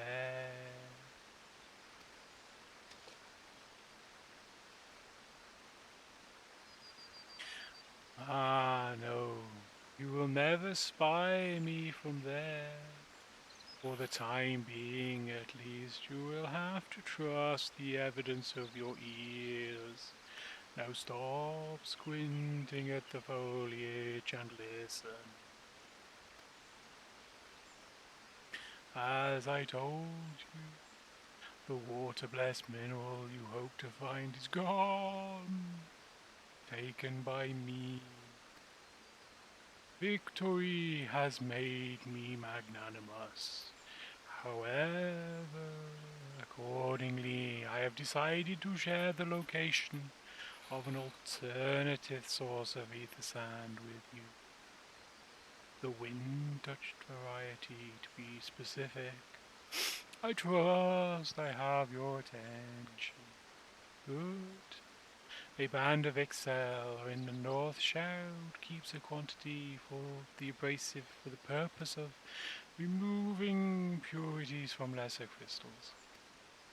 Well, do you mean to dally here all day? Make haste, adventurer, before I snatch another prize from under your nose. This is to be a race. The Ixali logging grounds in the North Shroud shall be our destination, and that is where the real amusement will begin. May the best man win.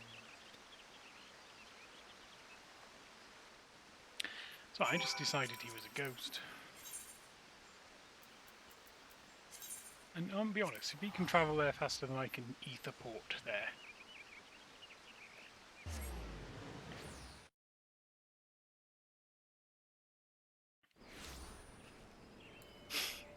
And fly my chocobo. Albeit, I'll go the slightly wrong direction.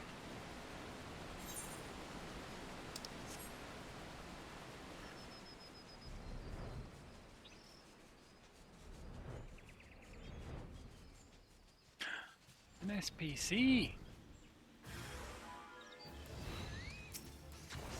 Bowl cleaver.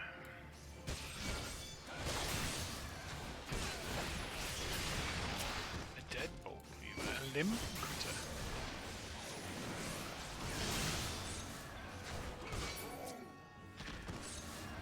He sees soil.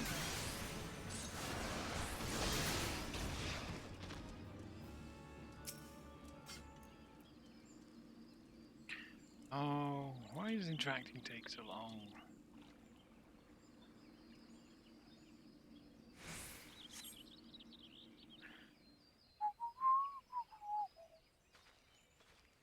Oh. Bravo! That was quite a show, adventurer. Why, the spectacle proved so enthralling that all thoughts of Aethersland slipped from my mind. I appear to have forfeited our little race. Congratulations, the wind-touched abrasive is yours. And yet, having been treated to such a memorable performance, I cannot help feeling that the greater prize is mine.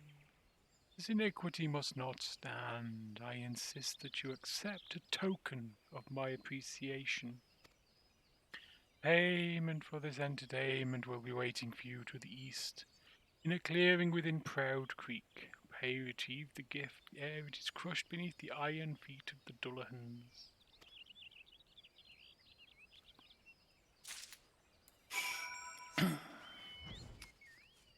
This is the water aspect of Aethersand. I'm going to find the disembodied voice and give it a good slap.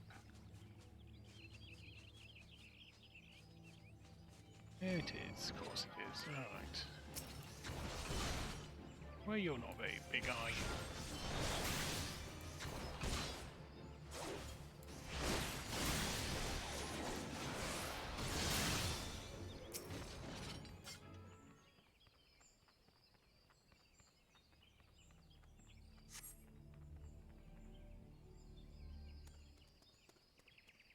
Not what you were expecting. I took the liberty of refining the ore from Earth's gift into Aethersand. Do keep it safe, adventurer. Lest you accuse me of playing games, you should know that the thought of relinquishing my prize never once crossed my mind. Until I saw you in action. Such deeds must needs be rewarded. It is my vocation, you see, to record history as it is made by mortal men, and I much prefer to chronicle the accomplishments of the bold and the mighty. Thus it is my fervent wish that you continue your career with the same courage and zeal that you have shown today. We shall meet again, adventurer, and sooner than you may imagine.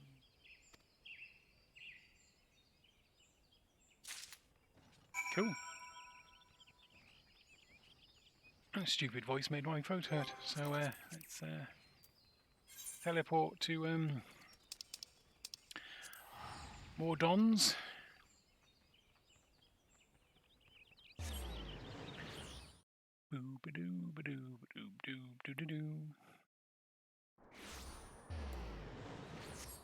And you know what, we're perfectly fine if there's a cutscene there, because we're not waiting on anything.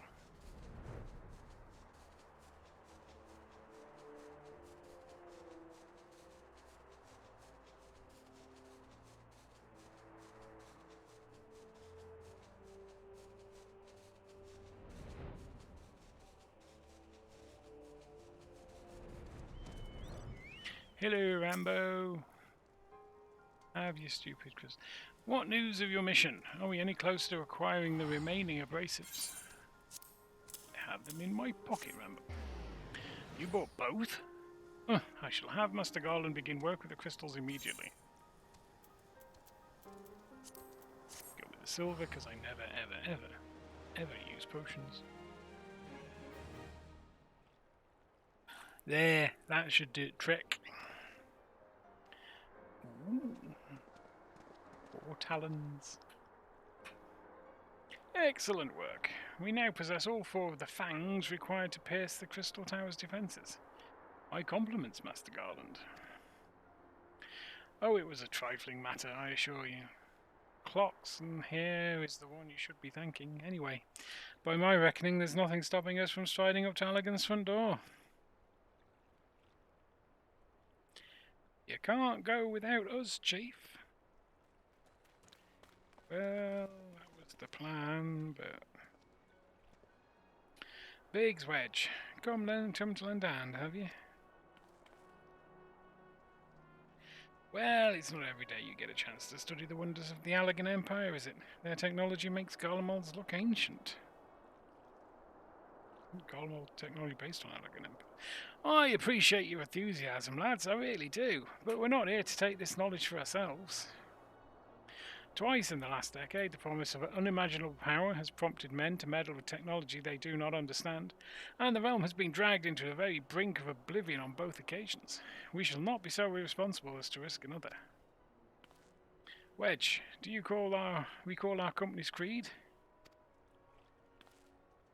Yes, yes, Chief. It's freedom through technology. Exactly, freedom. When we forsook our homeland, we swore that we would have no truck with machines that could be used to promote tyranny. That has not changed. Should you feel tempted to break your oath, remember this: the wonders of the all-knowing Allegan Empire could not save their civilization, and have damn near doomed ours twice. That is why we must explore the Crystal Tower, and, if needs be, seal away its secrets. I mean, they're pretty sealed away right now.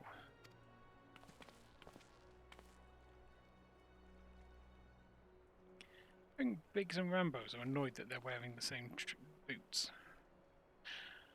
A compelling viewpoint. It is unyielding wills such as yours that have defined the course of history.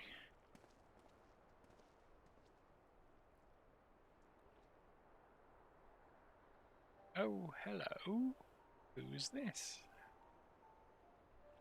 So, you return at last. What, pray tell, has kept you so wholly preoccupied, that you could not spare a moment to inform me of your progress or preservation? Why, the task you assigned me, of course. Surely you have not forgotten what about the Ether Sand.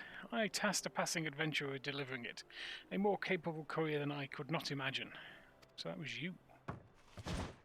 Oh, you probably don't sound like a ghost then. But more like a cat. Meow meow meow meow meow meow meow meow meow meow meow meow meow meow meow meow. Greetings, adventurer. Did I not say we would meet again? I believe an introduction is in order. I am Grahatia, one of the students of Baldessian. I look forward to joining you on your groundbreaking expedition. Grahatia has been assigned to the project as an observer. I hope you will forgive him his eccentricities and welcome him as one of our own. Well, doesn't this band just keep getting bigger by the cutscene? So then, our fellowship is complete and all stand ready to step into the unknown. 3 cheers for Noah. Noah. Noah is the name I have chosen for our little collective. Given our differing backgrounds, we cannot very well call ourselves the Sons of St. Coinish, can we? And we must have a memorable appellation if our adventure is to leave its mark in the annals of history. I could claim that NOAA stands for Nominated Observers of Artifacts Historical, and so it does, technically. But my true reason for choosing the name stems from the fact that it is shared by a vaunted Allegan Archmagus. An Archmagus? I like the sound of that. What you do until he's burning your face off. Very well. Now that the pressing matter of what to call ourselves has been settled, it's time we set forth to brave the outer defences of the Crystal Tower. Is everyone ready to depart?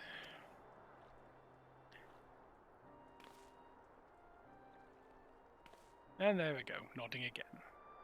Ready.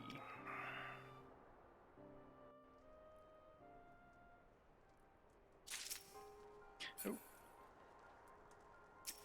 Grahatia?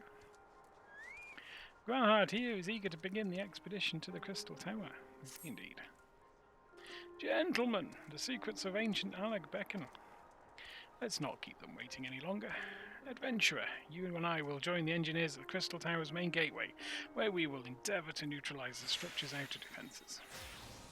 Ambrose, meanwhile, will remain here and oversee the operation. Given my knowledge of Allegan history, it seems logical that I should lead the expedition itself. though I admit the role does not exactly befit my status as an observer. Still, we can but make use of the resources at hand. Assuming all are in agreement, let us proceed forthwith to the large, lopsided gate found to the southeast.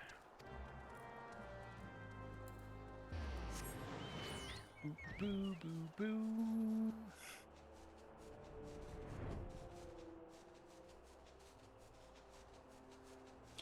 Do, do, do, do.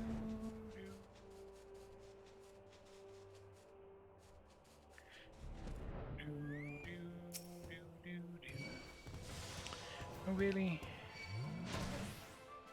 Oh, you're such a bugger.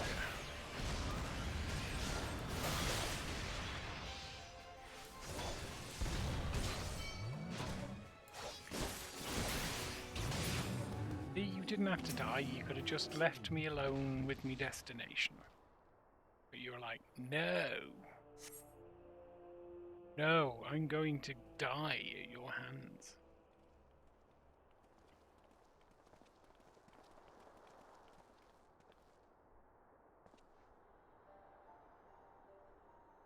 The Crystal Tower lies beyond this portal. Now comes the interesting part.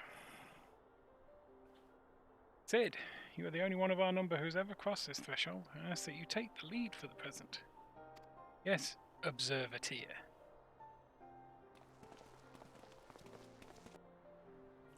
Observer my rectum.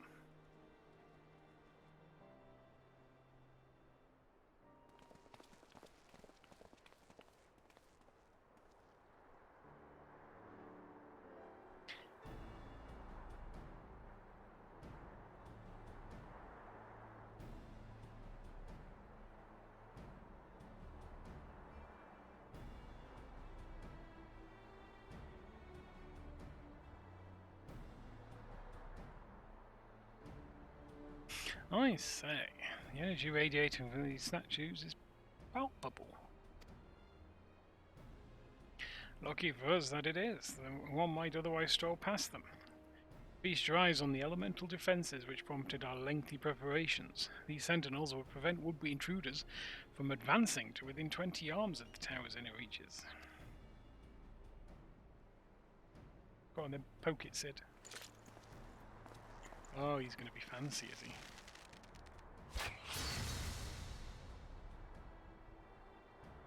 Show off. No matter how swift they may be. I believe the crystal fangs we took such pains to craft should spare us the inconvenience of instantaneous annihilation. Here, allow me to demonstrate. Chief, it's too dangerous to allow anyone else to risk his life testing one? Quite right. I made the damn things. It's my job to see if they work.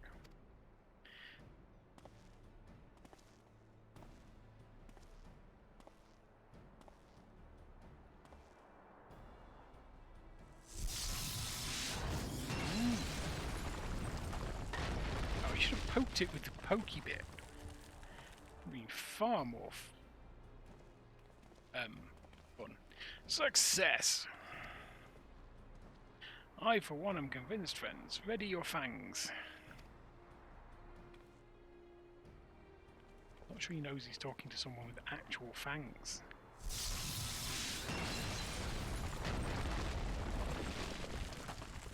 See, destroying the statues.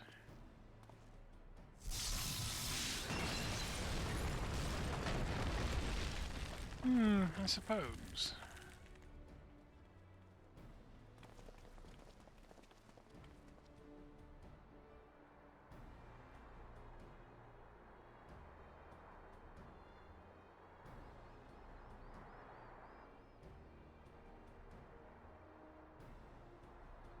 The last one is yours, old friend. It seemed only right.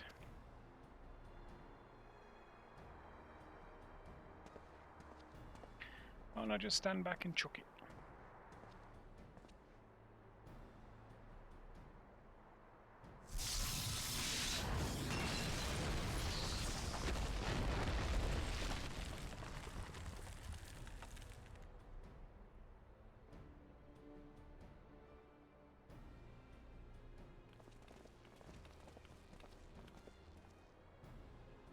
Aha! We did it. So much for the outer defences. Indeed, the entrance to the tower is near at hand. My blood fairly sings with anticipation. Speaking of blood, I have a proposal for the next stage of the expedition. I suggest we wait here while Foxon and a hand-picked party of his venturing companions enter the tower. What? Without us? I thought we came here to survey the entire structure. We did, and we will, but our investigations must proceed at a more measured pace. If the outside of this place is well defended, can you imagine what awaits us on the inside? Only a true hero could reasonably hope to brave the hazards ahead and live to tell the tale. Cloxon here fits that description better than anyone I know. Oh, you flatterer. And it's not as if we shall be idle in his absence. While Cloxon and his companions are risking life and limb to beat us a path to the tower, we can set about analysing this rubble for evidence of how this technology functions.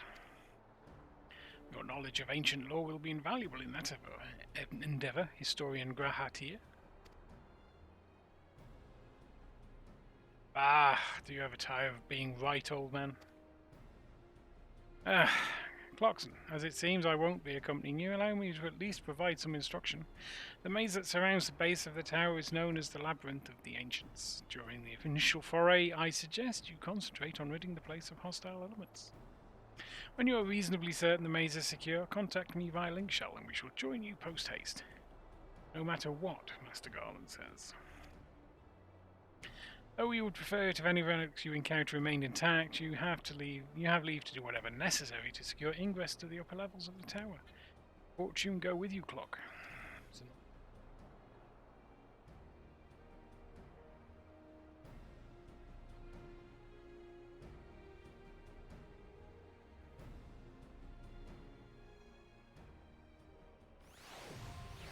Ooh, we can get in the Labyrinth of the Ancients.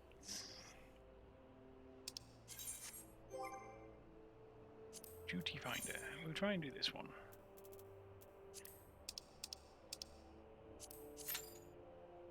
Oh, less than 5 minutes. Indeed. Seems like we'll be there shortly. I shall continue pouring beer into my glass.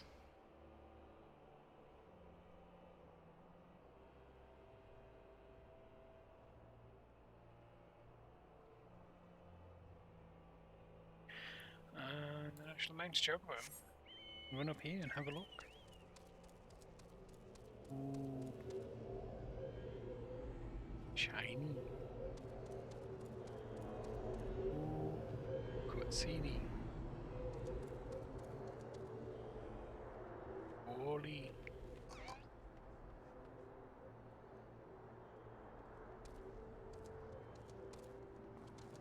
Can't fly here, no.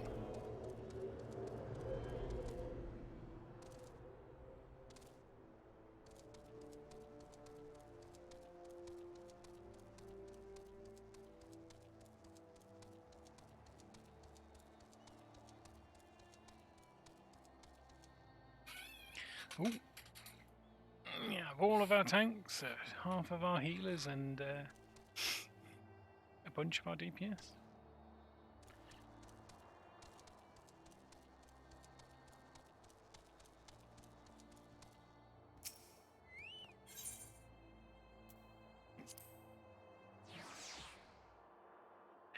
We shall return.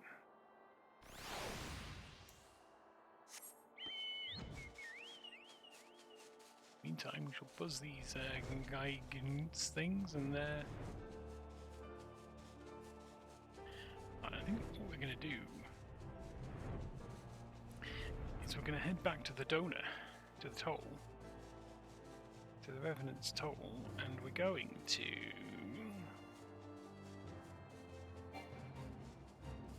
I think we have enough gear. We can buy something.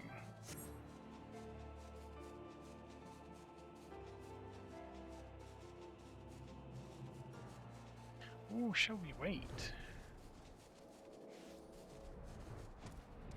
get the legs.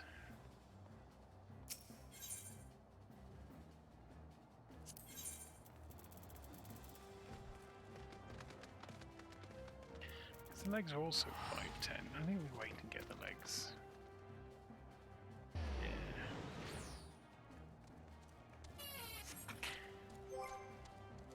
Right, they're 510.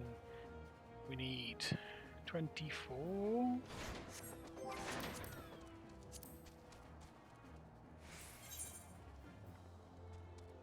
We get 100 for doing that, plus I think we get an adventurer bonus for being a star to the first one, so that should be another bunch. Ooh.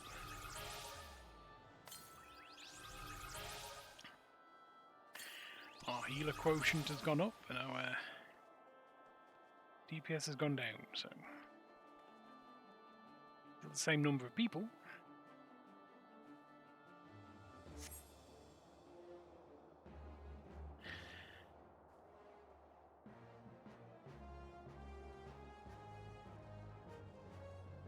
Oh, we've lost a tank and a healer and most of our DPS. What's happened there?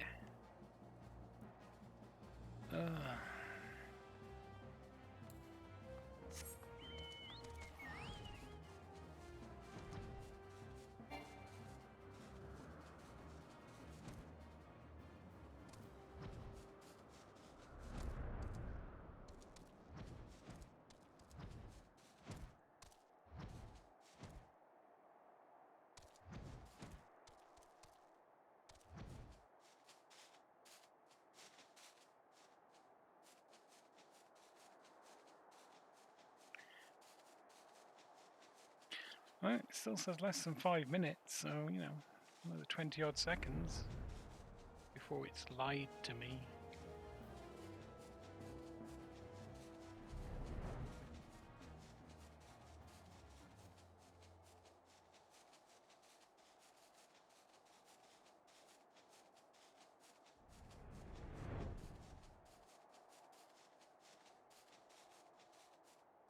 I can only assume that the people that get dragged out are in the roulette and they're just getting dragged out to other ones as they fill up. Oh, it lied. It said less than 5 minutes. It's more than 5 minutes.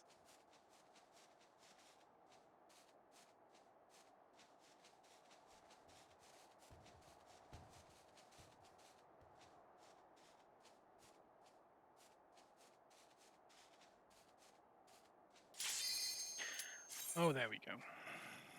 Didn't lie too hard.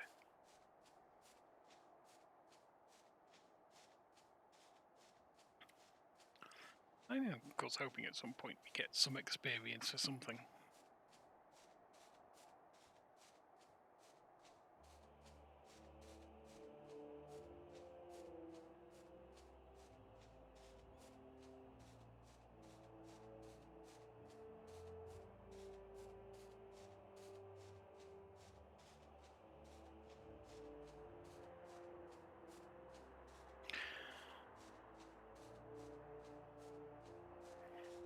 Come on, Mr. DPS. Oh. Oh.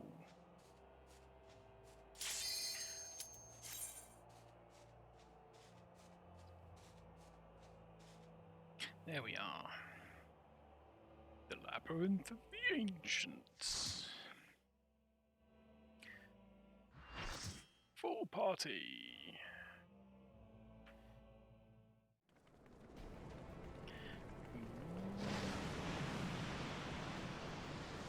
Someone dressed in Moogle gear.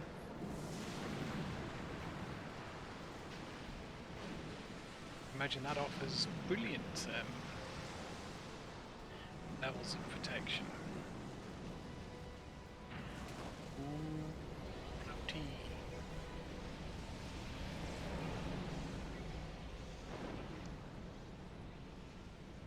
Here we go. Here we go. I'm in Party C.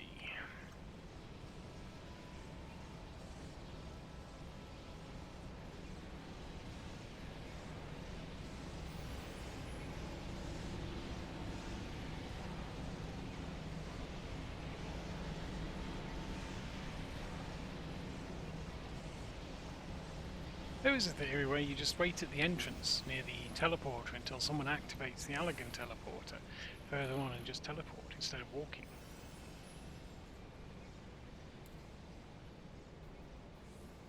You know what? I'm going to gosh darned walk.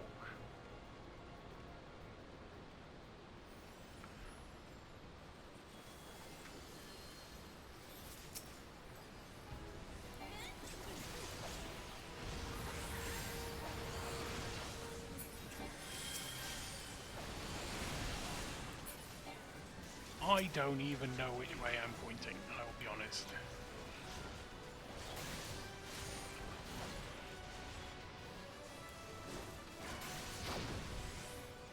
He farted. I was just stood there and he farted.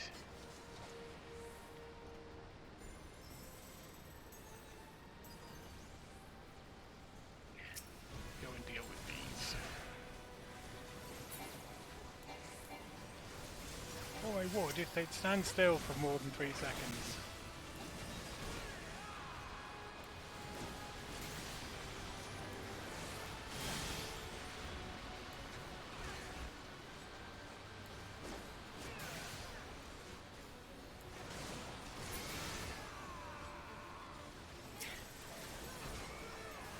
Fortunately, this is obviously the easiest of them. Whenever I'm queuing for... This is the one I hope I get.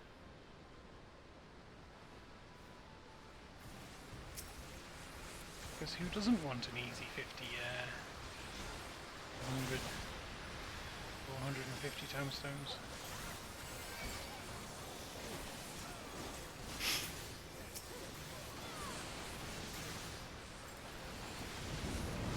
Silly Mr. Dean.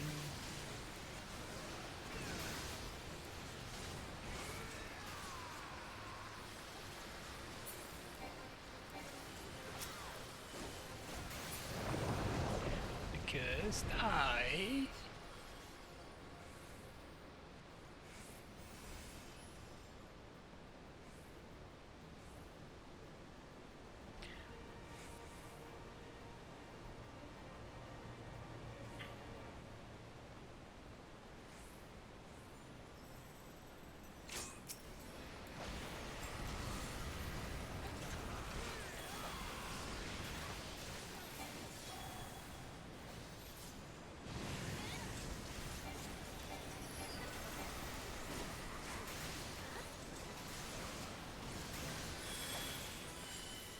I don't know why I did that.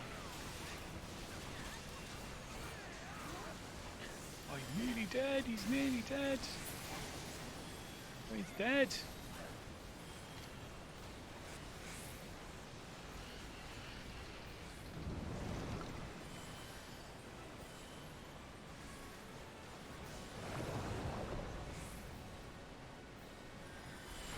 He's not dead anymore.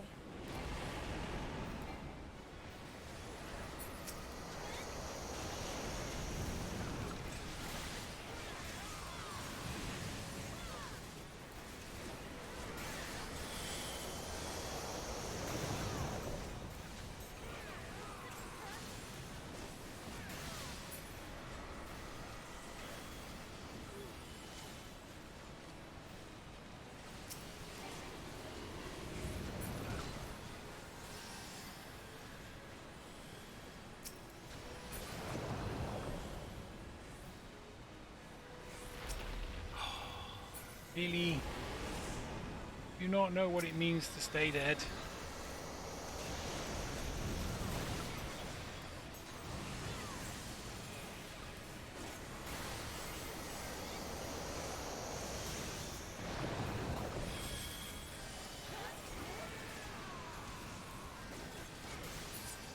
Now if this were a normal boss...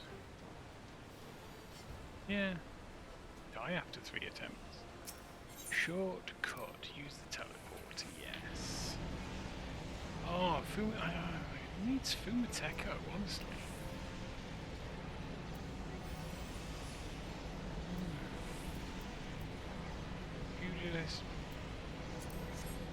I don't want them. I'm not that kind of guy.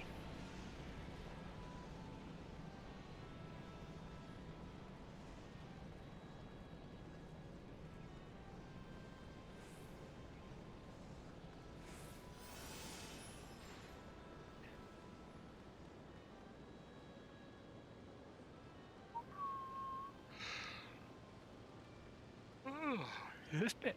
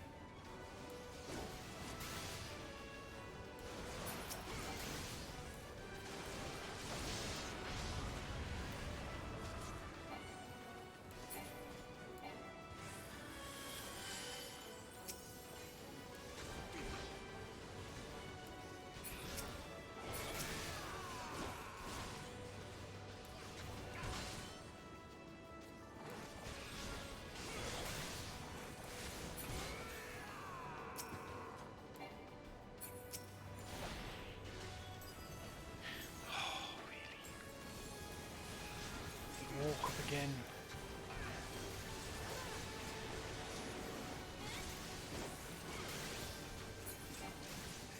There, we finished ours. Just them blooming beers with their slow coachiness.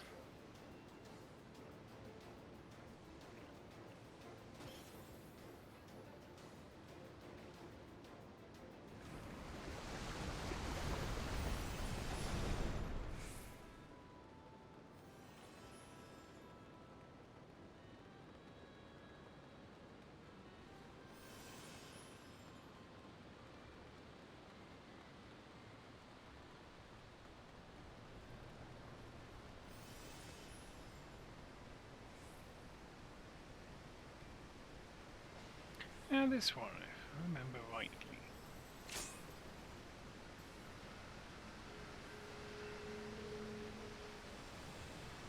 You only hurt him if you've got the thing. Other than that, you just have to attack everything else.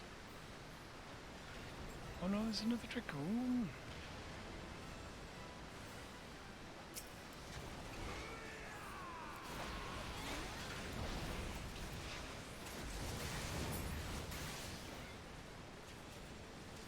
I was hoping I wouldn't have to fight.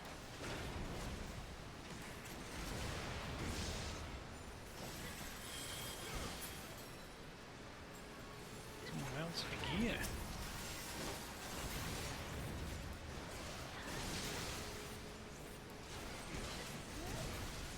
I don't want to fight other people for gear.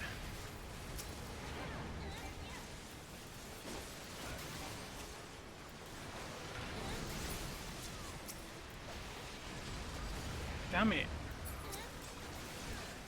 That was a waste. Ooh, level up. Nice. Crimson Sahash.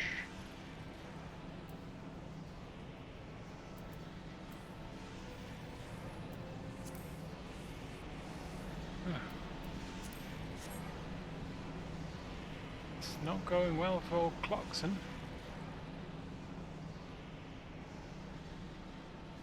Not getting all the gear we want.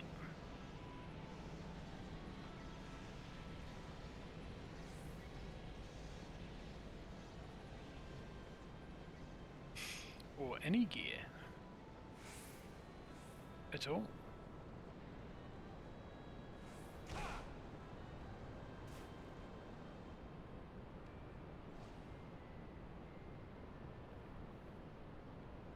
Clear the walk of fire. Which one have we? I can never remember which is C. Don't stand in the walk of fire. You're gonna get your feet wet.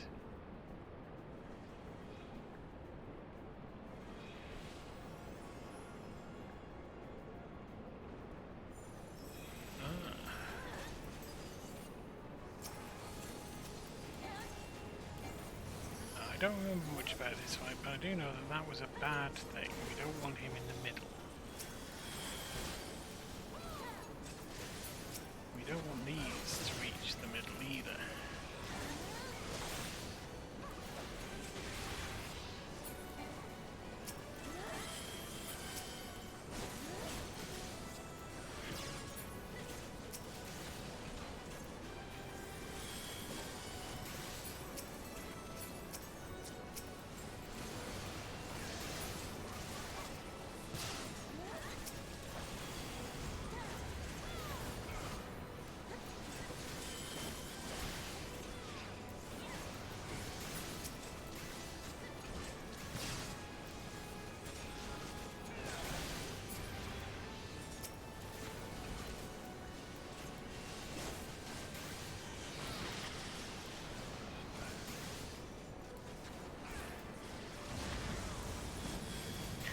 And of course, I've killed theirs first.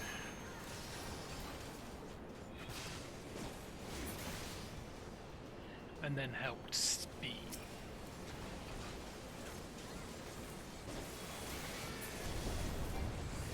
Oh, well, he's dead.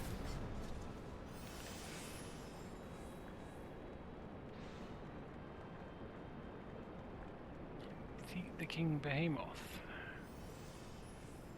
Okay.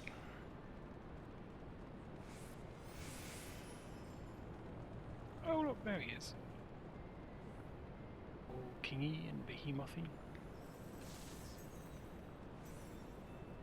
And I have no idea how this one actually works. Generally speaking, it doesn't really matter because he dies fairly quickly.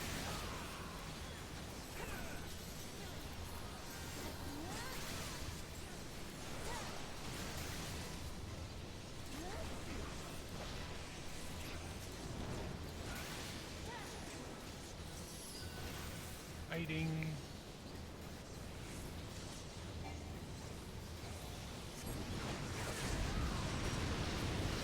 Hiding and surviving.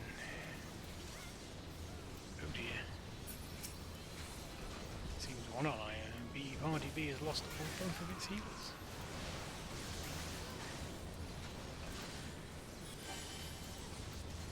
Oh, hiding. Hiding time.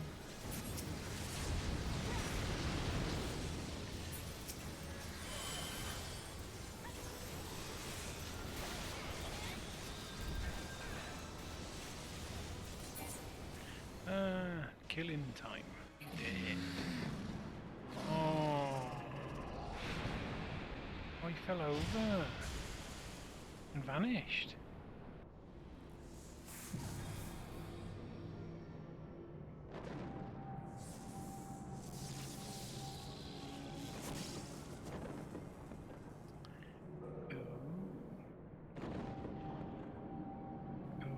I don't think I've ever seen this cutscene before.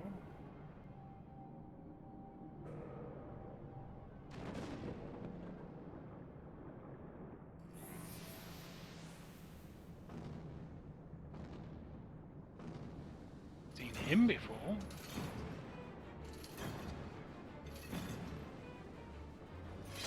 He looks sad.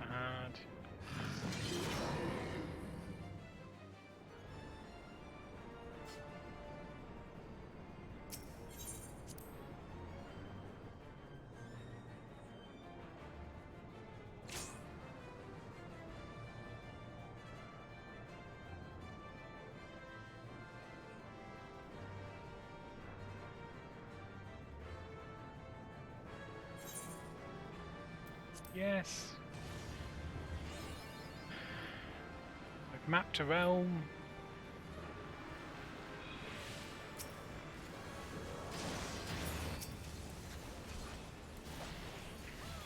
Oh, I miss being ranged.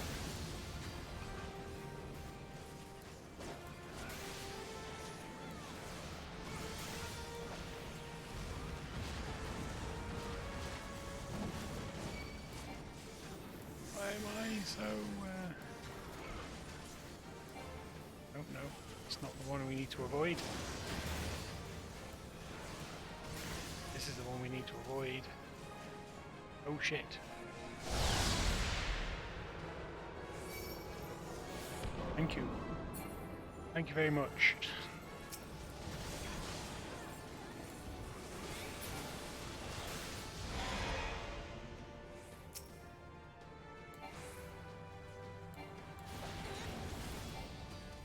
Shit.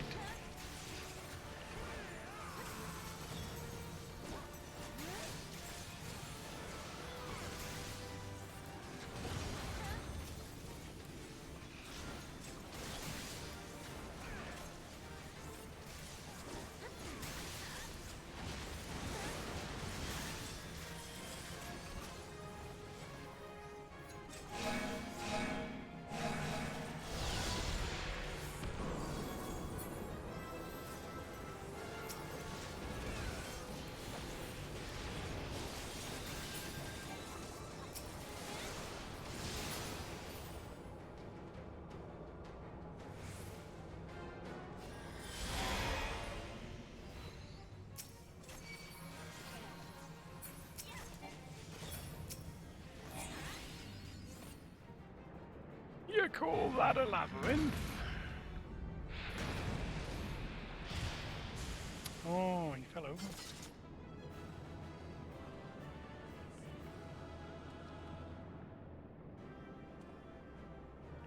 Ballad Sarwell. Boom, boom, boom, boom, boom. Loot. Pass. Pass. Pass. Sure. I got some crap.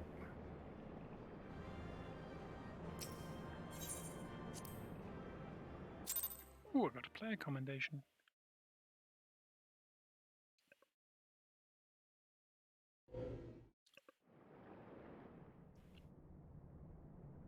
Cutscene. Oh, it's them four. Ho there, Clockson.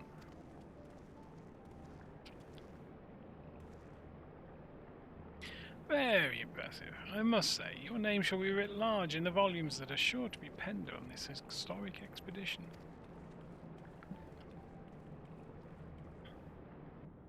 The scale of this structure defies comprehension.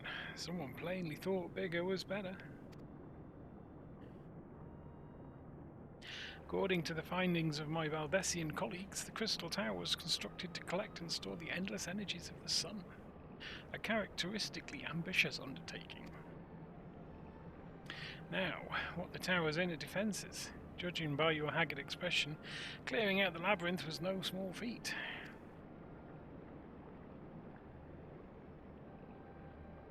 A giant of a man wielding a shimmering scimitar, you say? Yes.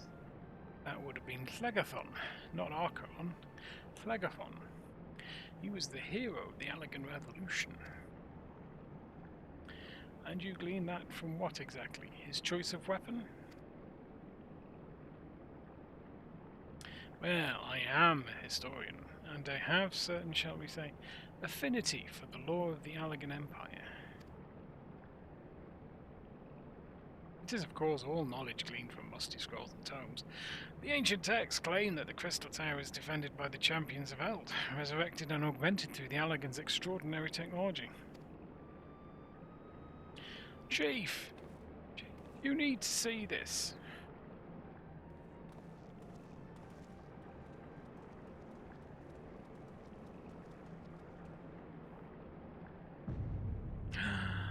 It's a window. Chief, it's a window. Well, well, there it is, the foot of the tower. What surprises do you have in store for us, I wonder? .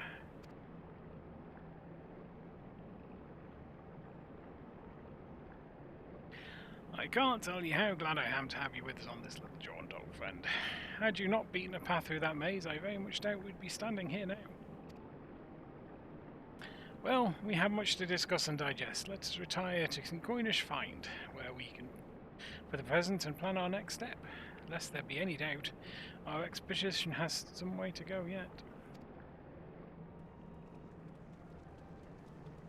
If we can get there, we're going to walk along that lava-y walkway. Doesn't sound great.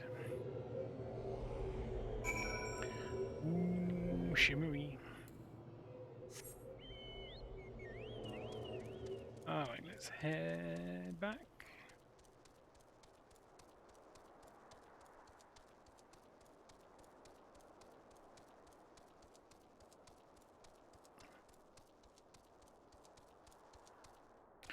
I think I'm going to hand in this quest, then call it a stream. I'd hope to get through all 3 of the Crystal Tower dungeons today, but Garuda and Titan taking longer than I'd hoped. Oops, wrong way.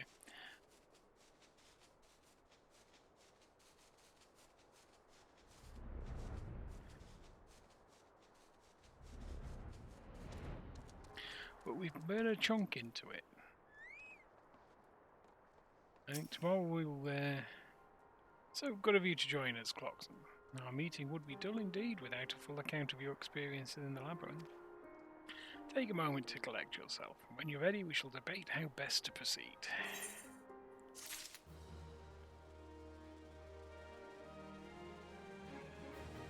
Oh, you know what? I'm going to grab another beer and then we'll have a... We'll see if we can get as far as the opening the next tower bit anyway.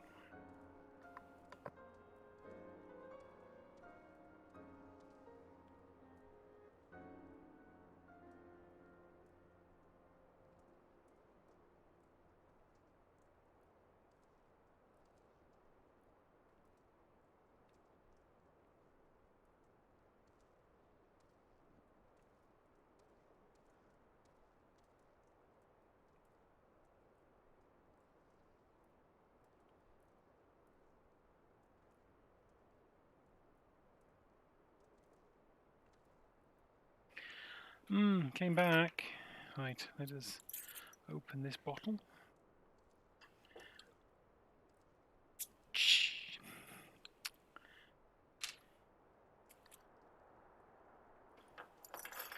And you know what? I'm just going to drink this lot out of the bottle. For prosperity! Grahatir is ready to address the assembled Fellowship of Noah. The Fellowship of Noah being accounted for, it is time this assembly was called to order. Rambrose will be presiding over the meeting, if you would be so kind as to inform him of your readiness to proceed. Really. This entire quest is me walking 2 meters.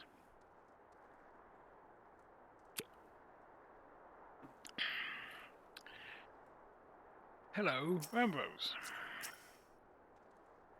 Welcome back, Clockson. I have just been reading about your encounter in the Labyrinth of the Ancients. It pleases me greatly to note that you seem none the worse for the experience.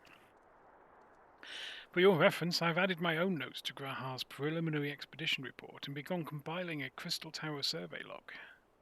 The information contained therein will be available to you at all times, should you have any questions. You need only ask. Now, if there are no objections, I shall begin the summary of the expedition's key accomplishments. Clockson beats the crap out of some monsters.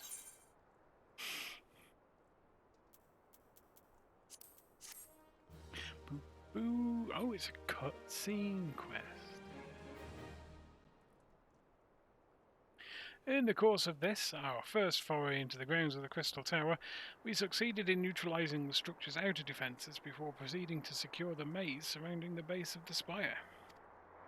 According to Clock's account, the labyrinth's defences were most emphatically active. Disturbingly, his report also mentions a violent encounter with a sentry heavily augmented by Allegan technology. In short, our misgivings were well founded. The crystal tower was not simply thrust above ground by the chaotic shifting of Earth. It has somehow been reawoken. If, as seems increasingly likely, the tower's secrets should prove too dangerous to share with the world, we will have no choice but to contain them. Behind some kind of impenetrable barrier, maybe? Guarded by 8 sentinels? Short of levelling the place, this will almost certainly involve returning the mechanism to a state of dormancy. To do that, however, we will first need to address the question of how they work. The answer to which must surely be waiting for us inside the tower itself. In conclusion, that is where we must go. Oh, a task rather easier said than done if the perils of the labyrinth are any indication. And I move that all further exploration of the tower be delayed until such time as an exhaustive analysis of the structure's defences has been completed. Mr. Garland, may I entrust this task to you? It would be my pleasure. Don't forget about us. Like you said, Chief, we founded the Ironworks to make sure that technology was used for the right reasons. And that means making sure it's not used for the wrong ones. We wouldn't be doing our jobs if we didn't see this through to the end. Lads, well, I hope you're ready for some backbreaking chores. Well, everything seems to be in hand here, so I shall take my leave of you for the present. If I am to witness this valiant tale unfold with mine own eyes, I must needs hone my martial skill ere we ascend the spire. You'll do nothing of the sort, Graha. Your knowledge may prove useful to Master Garland's investigation.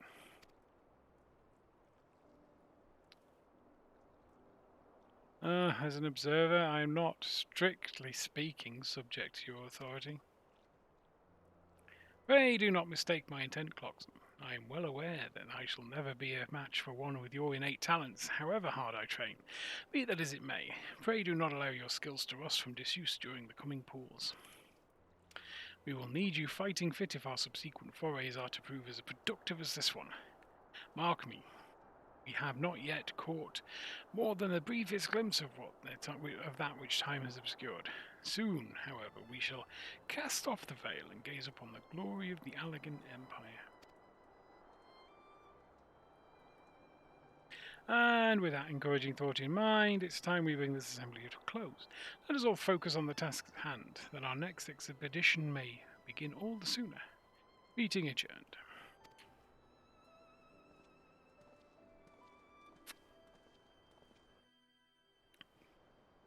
Didn't feel like a meeting.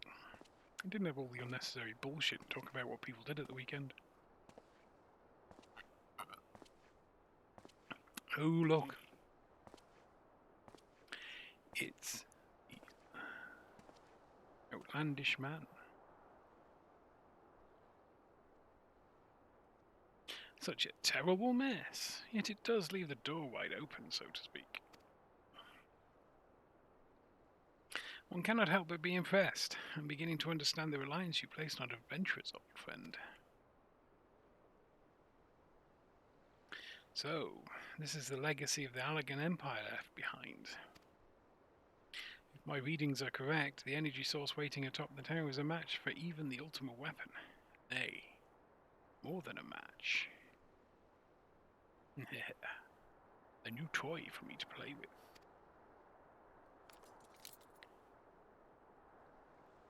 Oh no, it's him! It's Nero! However did we miss that with his glasses disguise? I believe the fates had conspired and I me just rewards once again. But it would seem they had a greater destiny in mind for me. And so long as my ambition burns, I shall strive to seize it. Dream lives on, said. Do not disappoint me.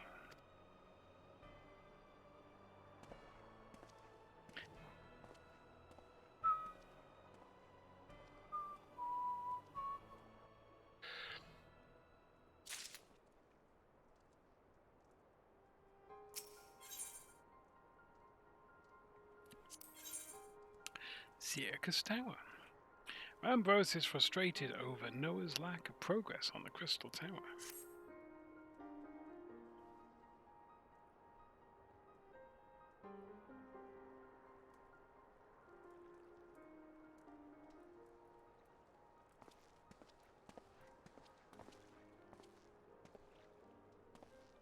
Ah, 'tis you, my friend. You are doubtless eager to hear of our progress on the Crystal Tower. Excellent. I'd be disappointed to hear otherwise. Of course, disappointed is the word of the day, I fear. I'm ashamed to say that there is nothing worthwhile to report. The suns continue to probe the labyrinth of the ancients, and every day bring new discoveries. Alas, the same cannot be said of the Crystal Tower proper. We've not been able to set so much as a single foot inside it. You will recall how the 8 sentinels stood between us and the labyrinth initially. In like manner, the entryway into the principal spire, the Circus Tower, the Allegans called it, is also protected by technology far more advanced than our own. Sid and I have tried every trick we know, but without success. Frankly speaking, we are at a loss. It is discouraging, but we cannot give up. There must be a way in. And so the situation stands, my friend. Until we gain entry into the tower, I fear your talents shan't avail us. It will require time that I am loath to waste, but I have a mind to set my people to scouring such ancient texts that we have on hand. Perhaps we can be of assistance. And you are?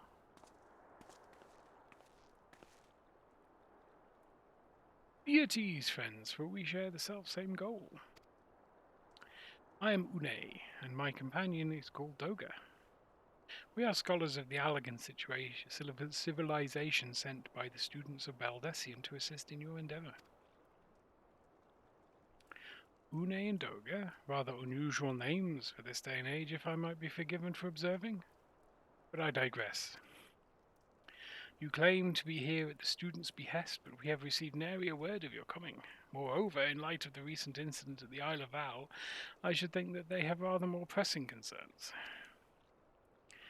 Oh, we can only assume that their message failed to reach you due to some mishap. I assure you that we are here to help. My eyes, they do pain me.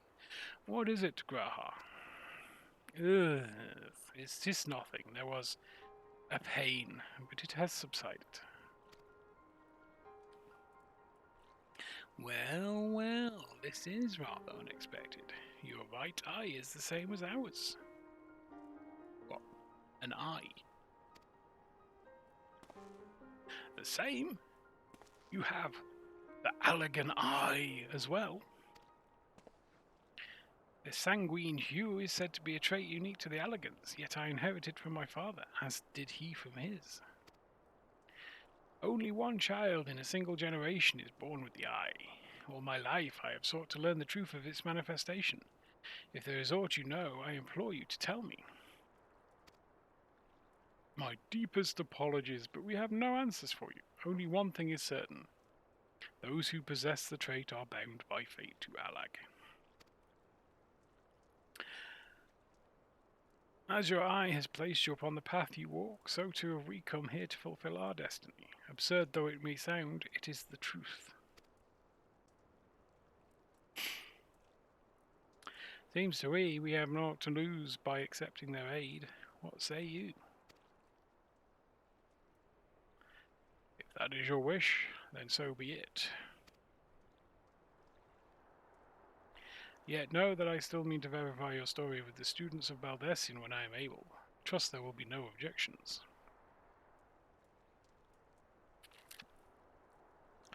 Very well. As of this moment, I name Une and Doga advisory members of Noah. Without further ado, let us have them examine the Circus Tower entrance. I promise you'll not have cause to regret your decision. Clarkson, I should be much obliged if you will accompany our new friends to the tower. Biggs and Wedge are presently surveying the 8 sentinels. The 2 of them can show you the way. Upon arrival, pray report to Master Garland. He will brief you on the situation. I shall join you, Clarkson. With Une and Doga's knowledge, along with your uncanny knack for setting events in motion, I am hopeful that we will finally see progress. Boo, boo, boo, boo.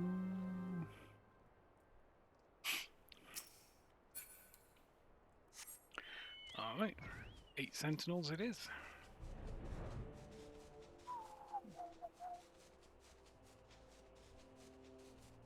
Do, do, do, do.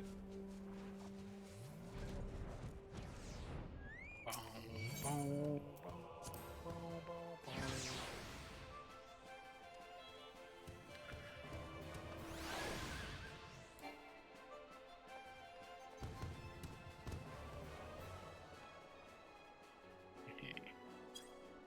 Hehe, I ran away from the Geiger's Biku.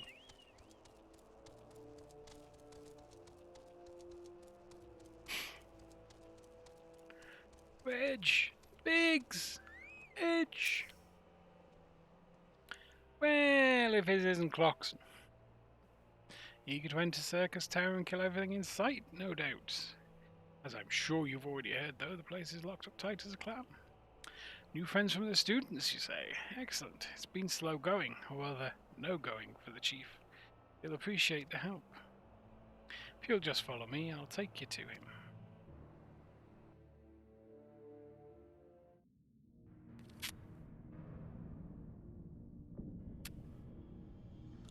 Ooh, look, it's a very large door.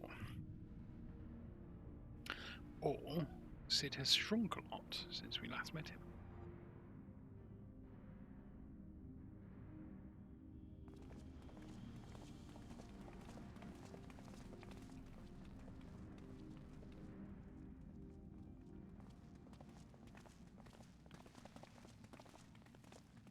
Ah, some old faces to lift the spirit, and a couple of new ones besides. Allow me to introduce Une and Doga. They are scholars of ancient Alak, sent here by our friends of Baldessian to aid in the investigation. We understand you are having trouble circumventing the tower's defences. It is our hope we can be of some small assistance. We have the eyes! If your attire is ought to go by, your assistance should prove invaluable indeed. What does Sid know?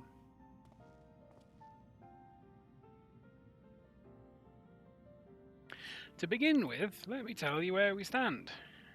Beyond rises Circus Tower, the principal spire of the structure collectively known as the Crystal Tower. The only way to get inside is through the proverbial front door, the imposing gate you see here. The problem is we can't get it open.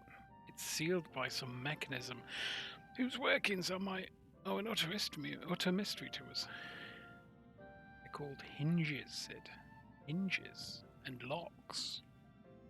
Having had no success via more orthodox methods, I went at it with everything from a pickaxe to a Magitech cannon. Nothing so much as put a scratch on it. For a blessing, the gate doesn't try to reduce to ashes like the 8 sentinels. But that doesn't make it any less effective as a security measure. It's fiendishly frustrating in its simplicity.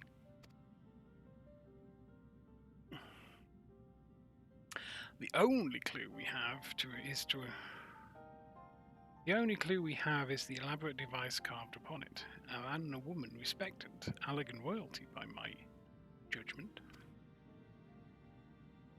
Precisely who these individuals were, we cannot say, nor do we know whether the device actually serves a purpose. Like as not, it's purely decorative.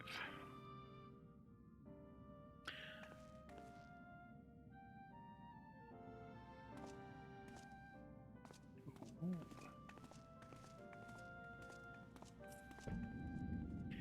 They're going to do some hand wavery, and it's going to open.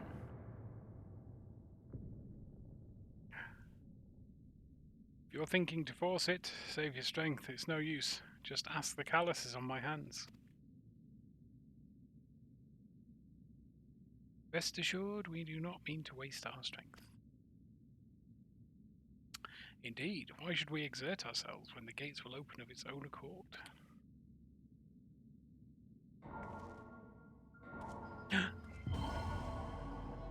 He did hand wavy.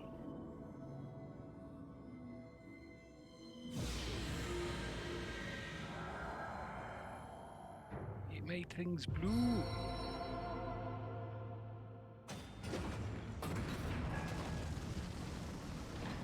Oh, it slides open. There is no hinges. Sorry, Sid. I don't think any of us are expecting that to happen.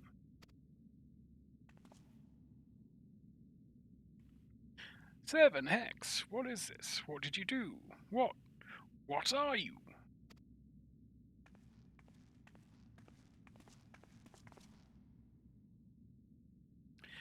Piercing the heavens and gathering the light, a symbol of mankind's glory and might. Its virtue guarded by gates impregnable, only to those of royal blood answerable. Exactly as passed down through legend, I'm delighted to see. Oh, it's you. Your fancy shoes.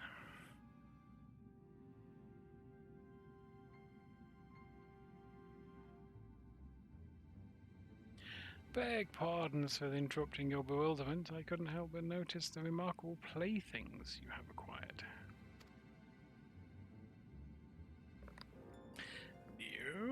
You're still alive? Garland, if I didn't know better, I would say you weren't happy to see me. But I jest. In light of our recent meetings, you have every right to be wary. Rest assured, I'm no longer a threat to you. My legion is all, for all intents and purposes, defunct, and my association with it means a tight noose awaits me back in Garlemald. And so I have been rosing this land Eorzea, a regular itinerant. In the course of my wanderings, I chanced to catch wind of your latest venture. It sounded positively fascinating, and so I decided to come here and join you. After the wrongs you've committed, you think of that gullible?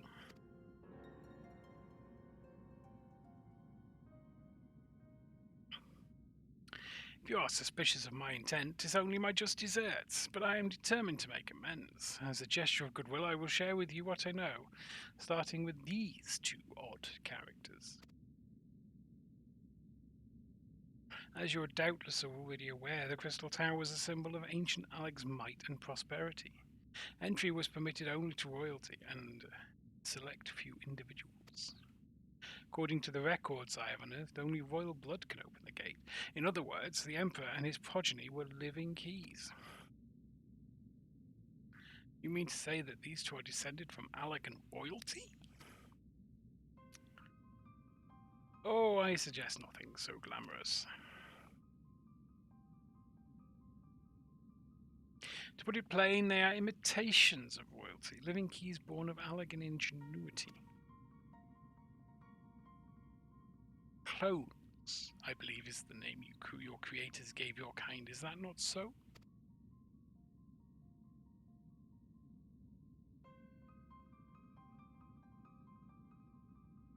It would seem that the time for concealment is past.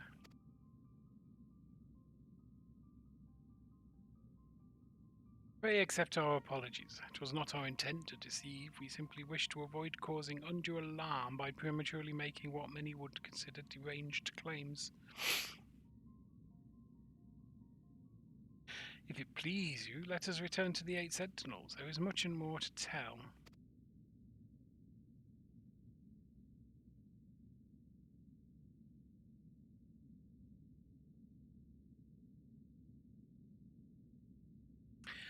Very well.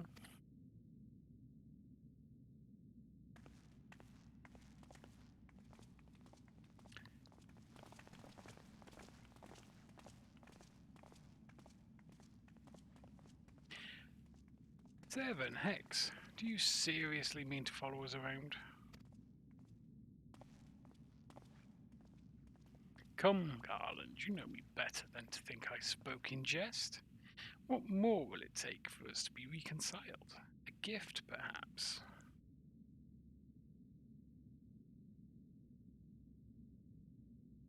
What is it? What is it? What is it? An elegant tombstone. It holds the information I just shared with you, and a deal more besides. It's used to be jealously guarded property of the 14th Legion, but it's yours now. I wish you the joy of it. I look forward to working together, old friend.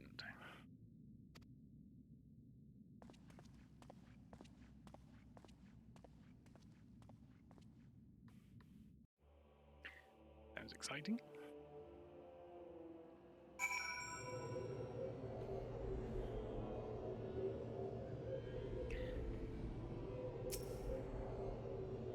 If you are ready to listen, we shall tell you all. As it pertains closely to your investigation, your leader Ambrose may wish to be present.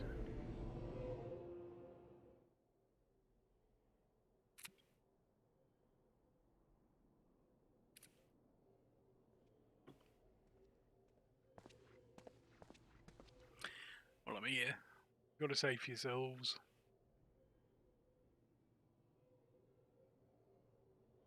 Before we begin, pray allow me to apologise again. It was not our intent to deceive you. As you will have already gathered, we are not scholars sent by the students of Baldassian, nay, we are clones, copies of people who once existed, given life through elegant technology. This is rather a lot to take in. If it would not be considered unseemly, might I ask why you and yours were created, and more specifically, what it is you now seek to do? Answering your question requires that we revisit Aragon history. Pray, bear with us.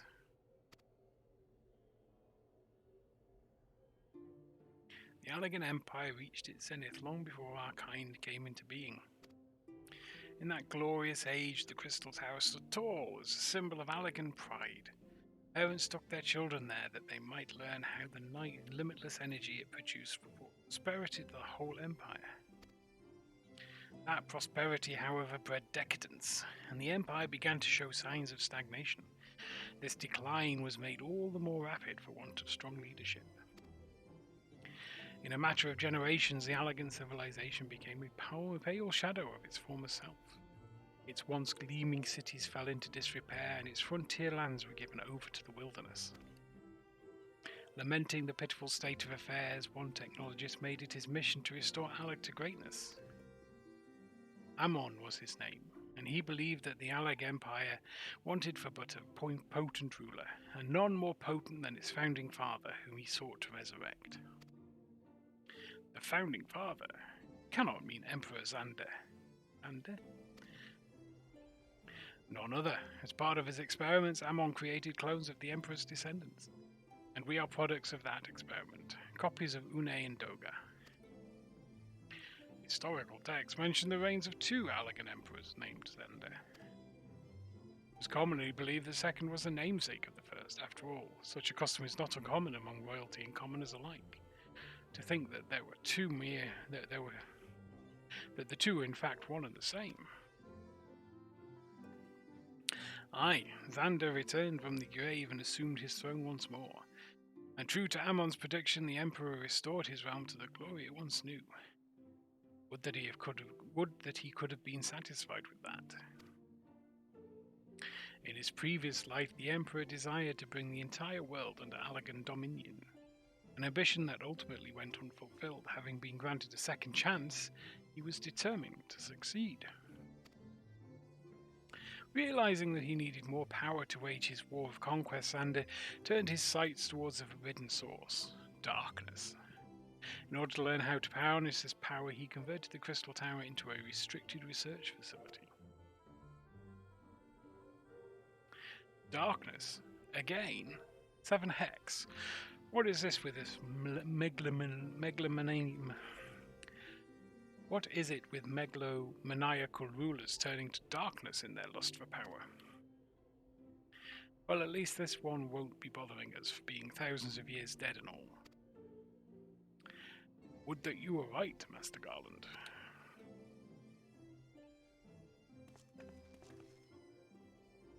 Alas, Emperor Xander is very much alive. Within Circus Tower he still abides, his ambition burning all the more ardently for his empire's collapse.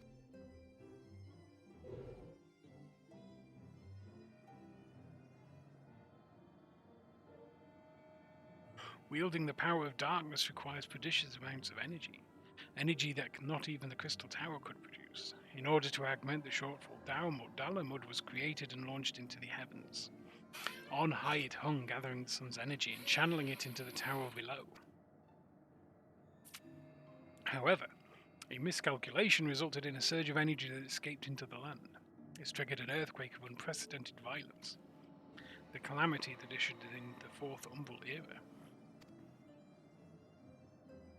In the blinking of an eye, the mighty Allagan Empire was laid to waste. Yet, even as the Crystal Tower was sinking into the earth, the technologist Amon, now Emperor Xander's closest aide, invoked powerful magics and halted the flow of time. Every soul within the structure, the Emperor included, was placed into a deep slumber. In that state they were to remain until time was right to awaken. That time is now. Eras came and went. After millennia lying dormant, Dalamud was summoned back to Earth, and its descent triggered the Seventh Umbral Calamity, in the wake of which the Crystal Tower re-emerged. At that moment, Emperor Xander awakened. In his lust for power, the Emperor consorted with darkness and was seduced by its corrupting influence. Even though his empire is now little more than a fading memory, he will stop at nothing to see his ambition realized.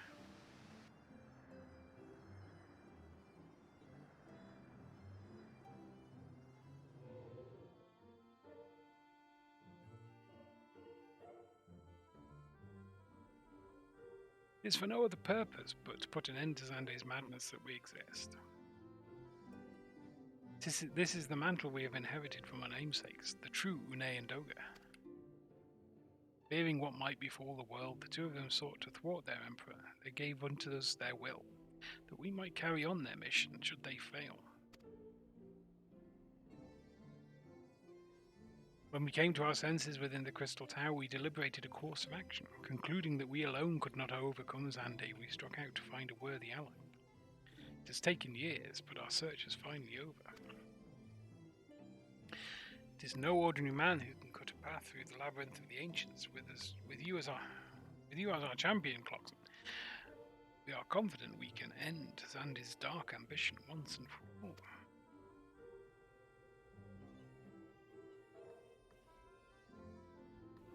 Well, that'll teach me for speaking too soon. Setting my chagrin aside, I see now why you knew about the students of Baldessin among their host of other things. You were observing our investigation the whole time. So what will we do, Cloxon? The world's in grave danger again, and it just so happens you're an expert at saving it.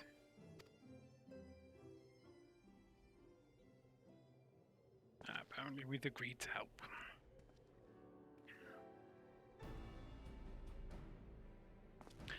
You have our eternal gratitude. Together, let us see the Allagan Empire's dark past laid to rest.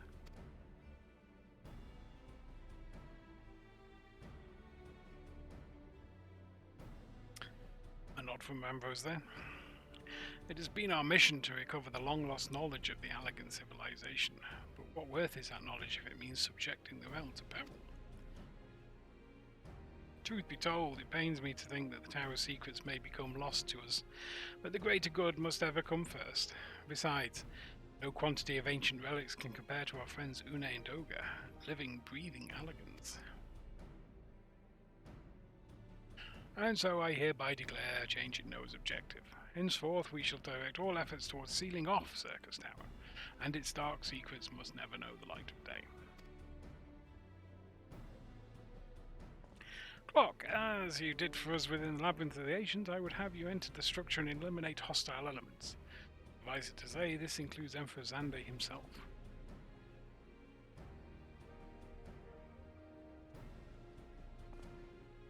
Meanwhile, the rest of us shall examine ways to isolate Circus Tower from the outside world. To work, then.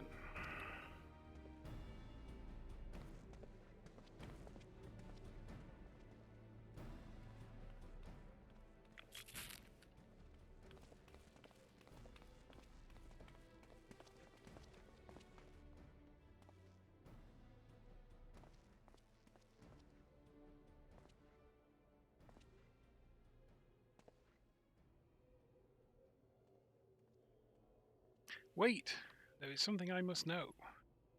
My writing is like yours. Does this mean...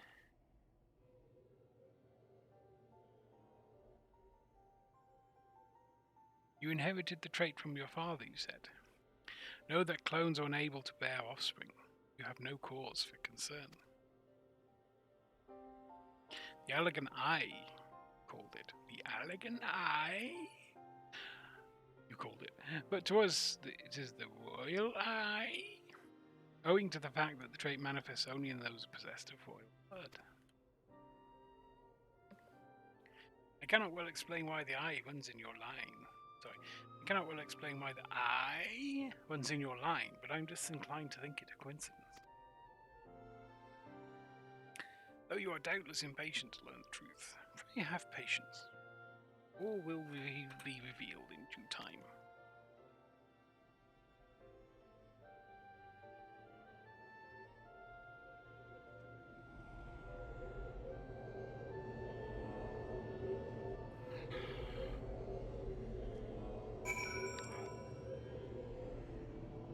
Speak with Grahart here at the 8 Sentinels.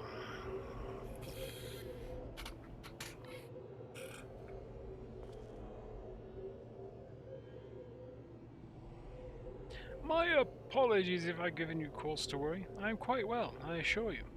As you can appreciate, there has been much for me to think on. But now is the time for action, not idle thoughts. Circus Tower awaits us.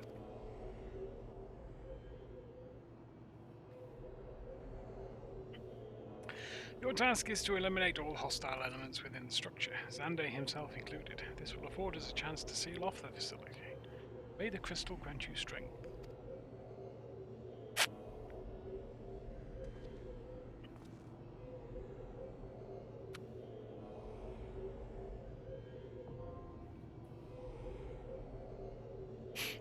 Right, well, we're gonna leave that for now. I had in mind to say that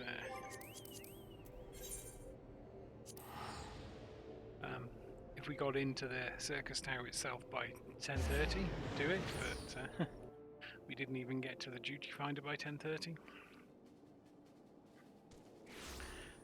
So we'll leave it there. Tomorrow night we'll start on 2.3, Defenders of Eorzea. I don't know if I'll get it finished tomorrow night. I think it's got quite a few quests to it. I believe it might have a dungeon.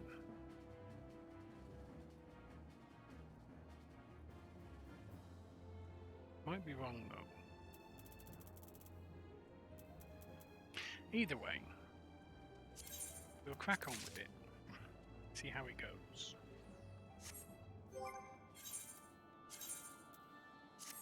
We're wearing our augmented iron hose. Our augmented ironworks hose, maybe.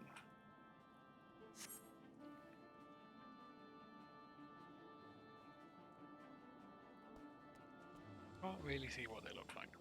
Cool. Anyway, let's go and stand by the big crystal thing, and I'll go there. Thank you for watching, if indeed you did, and come back tomorrow for episode 18, which is yet to get a title. Have a fun evening. Bye.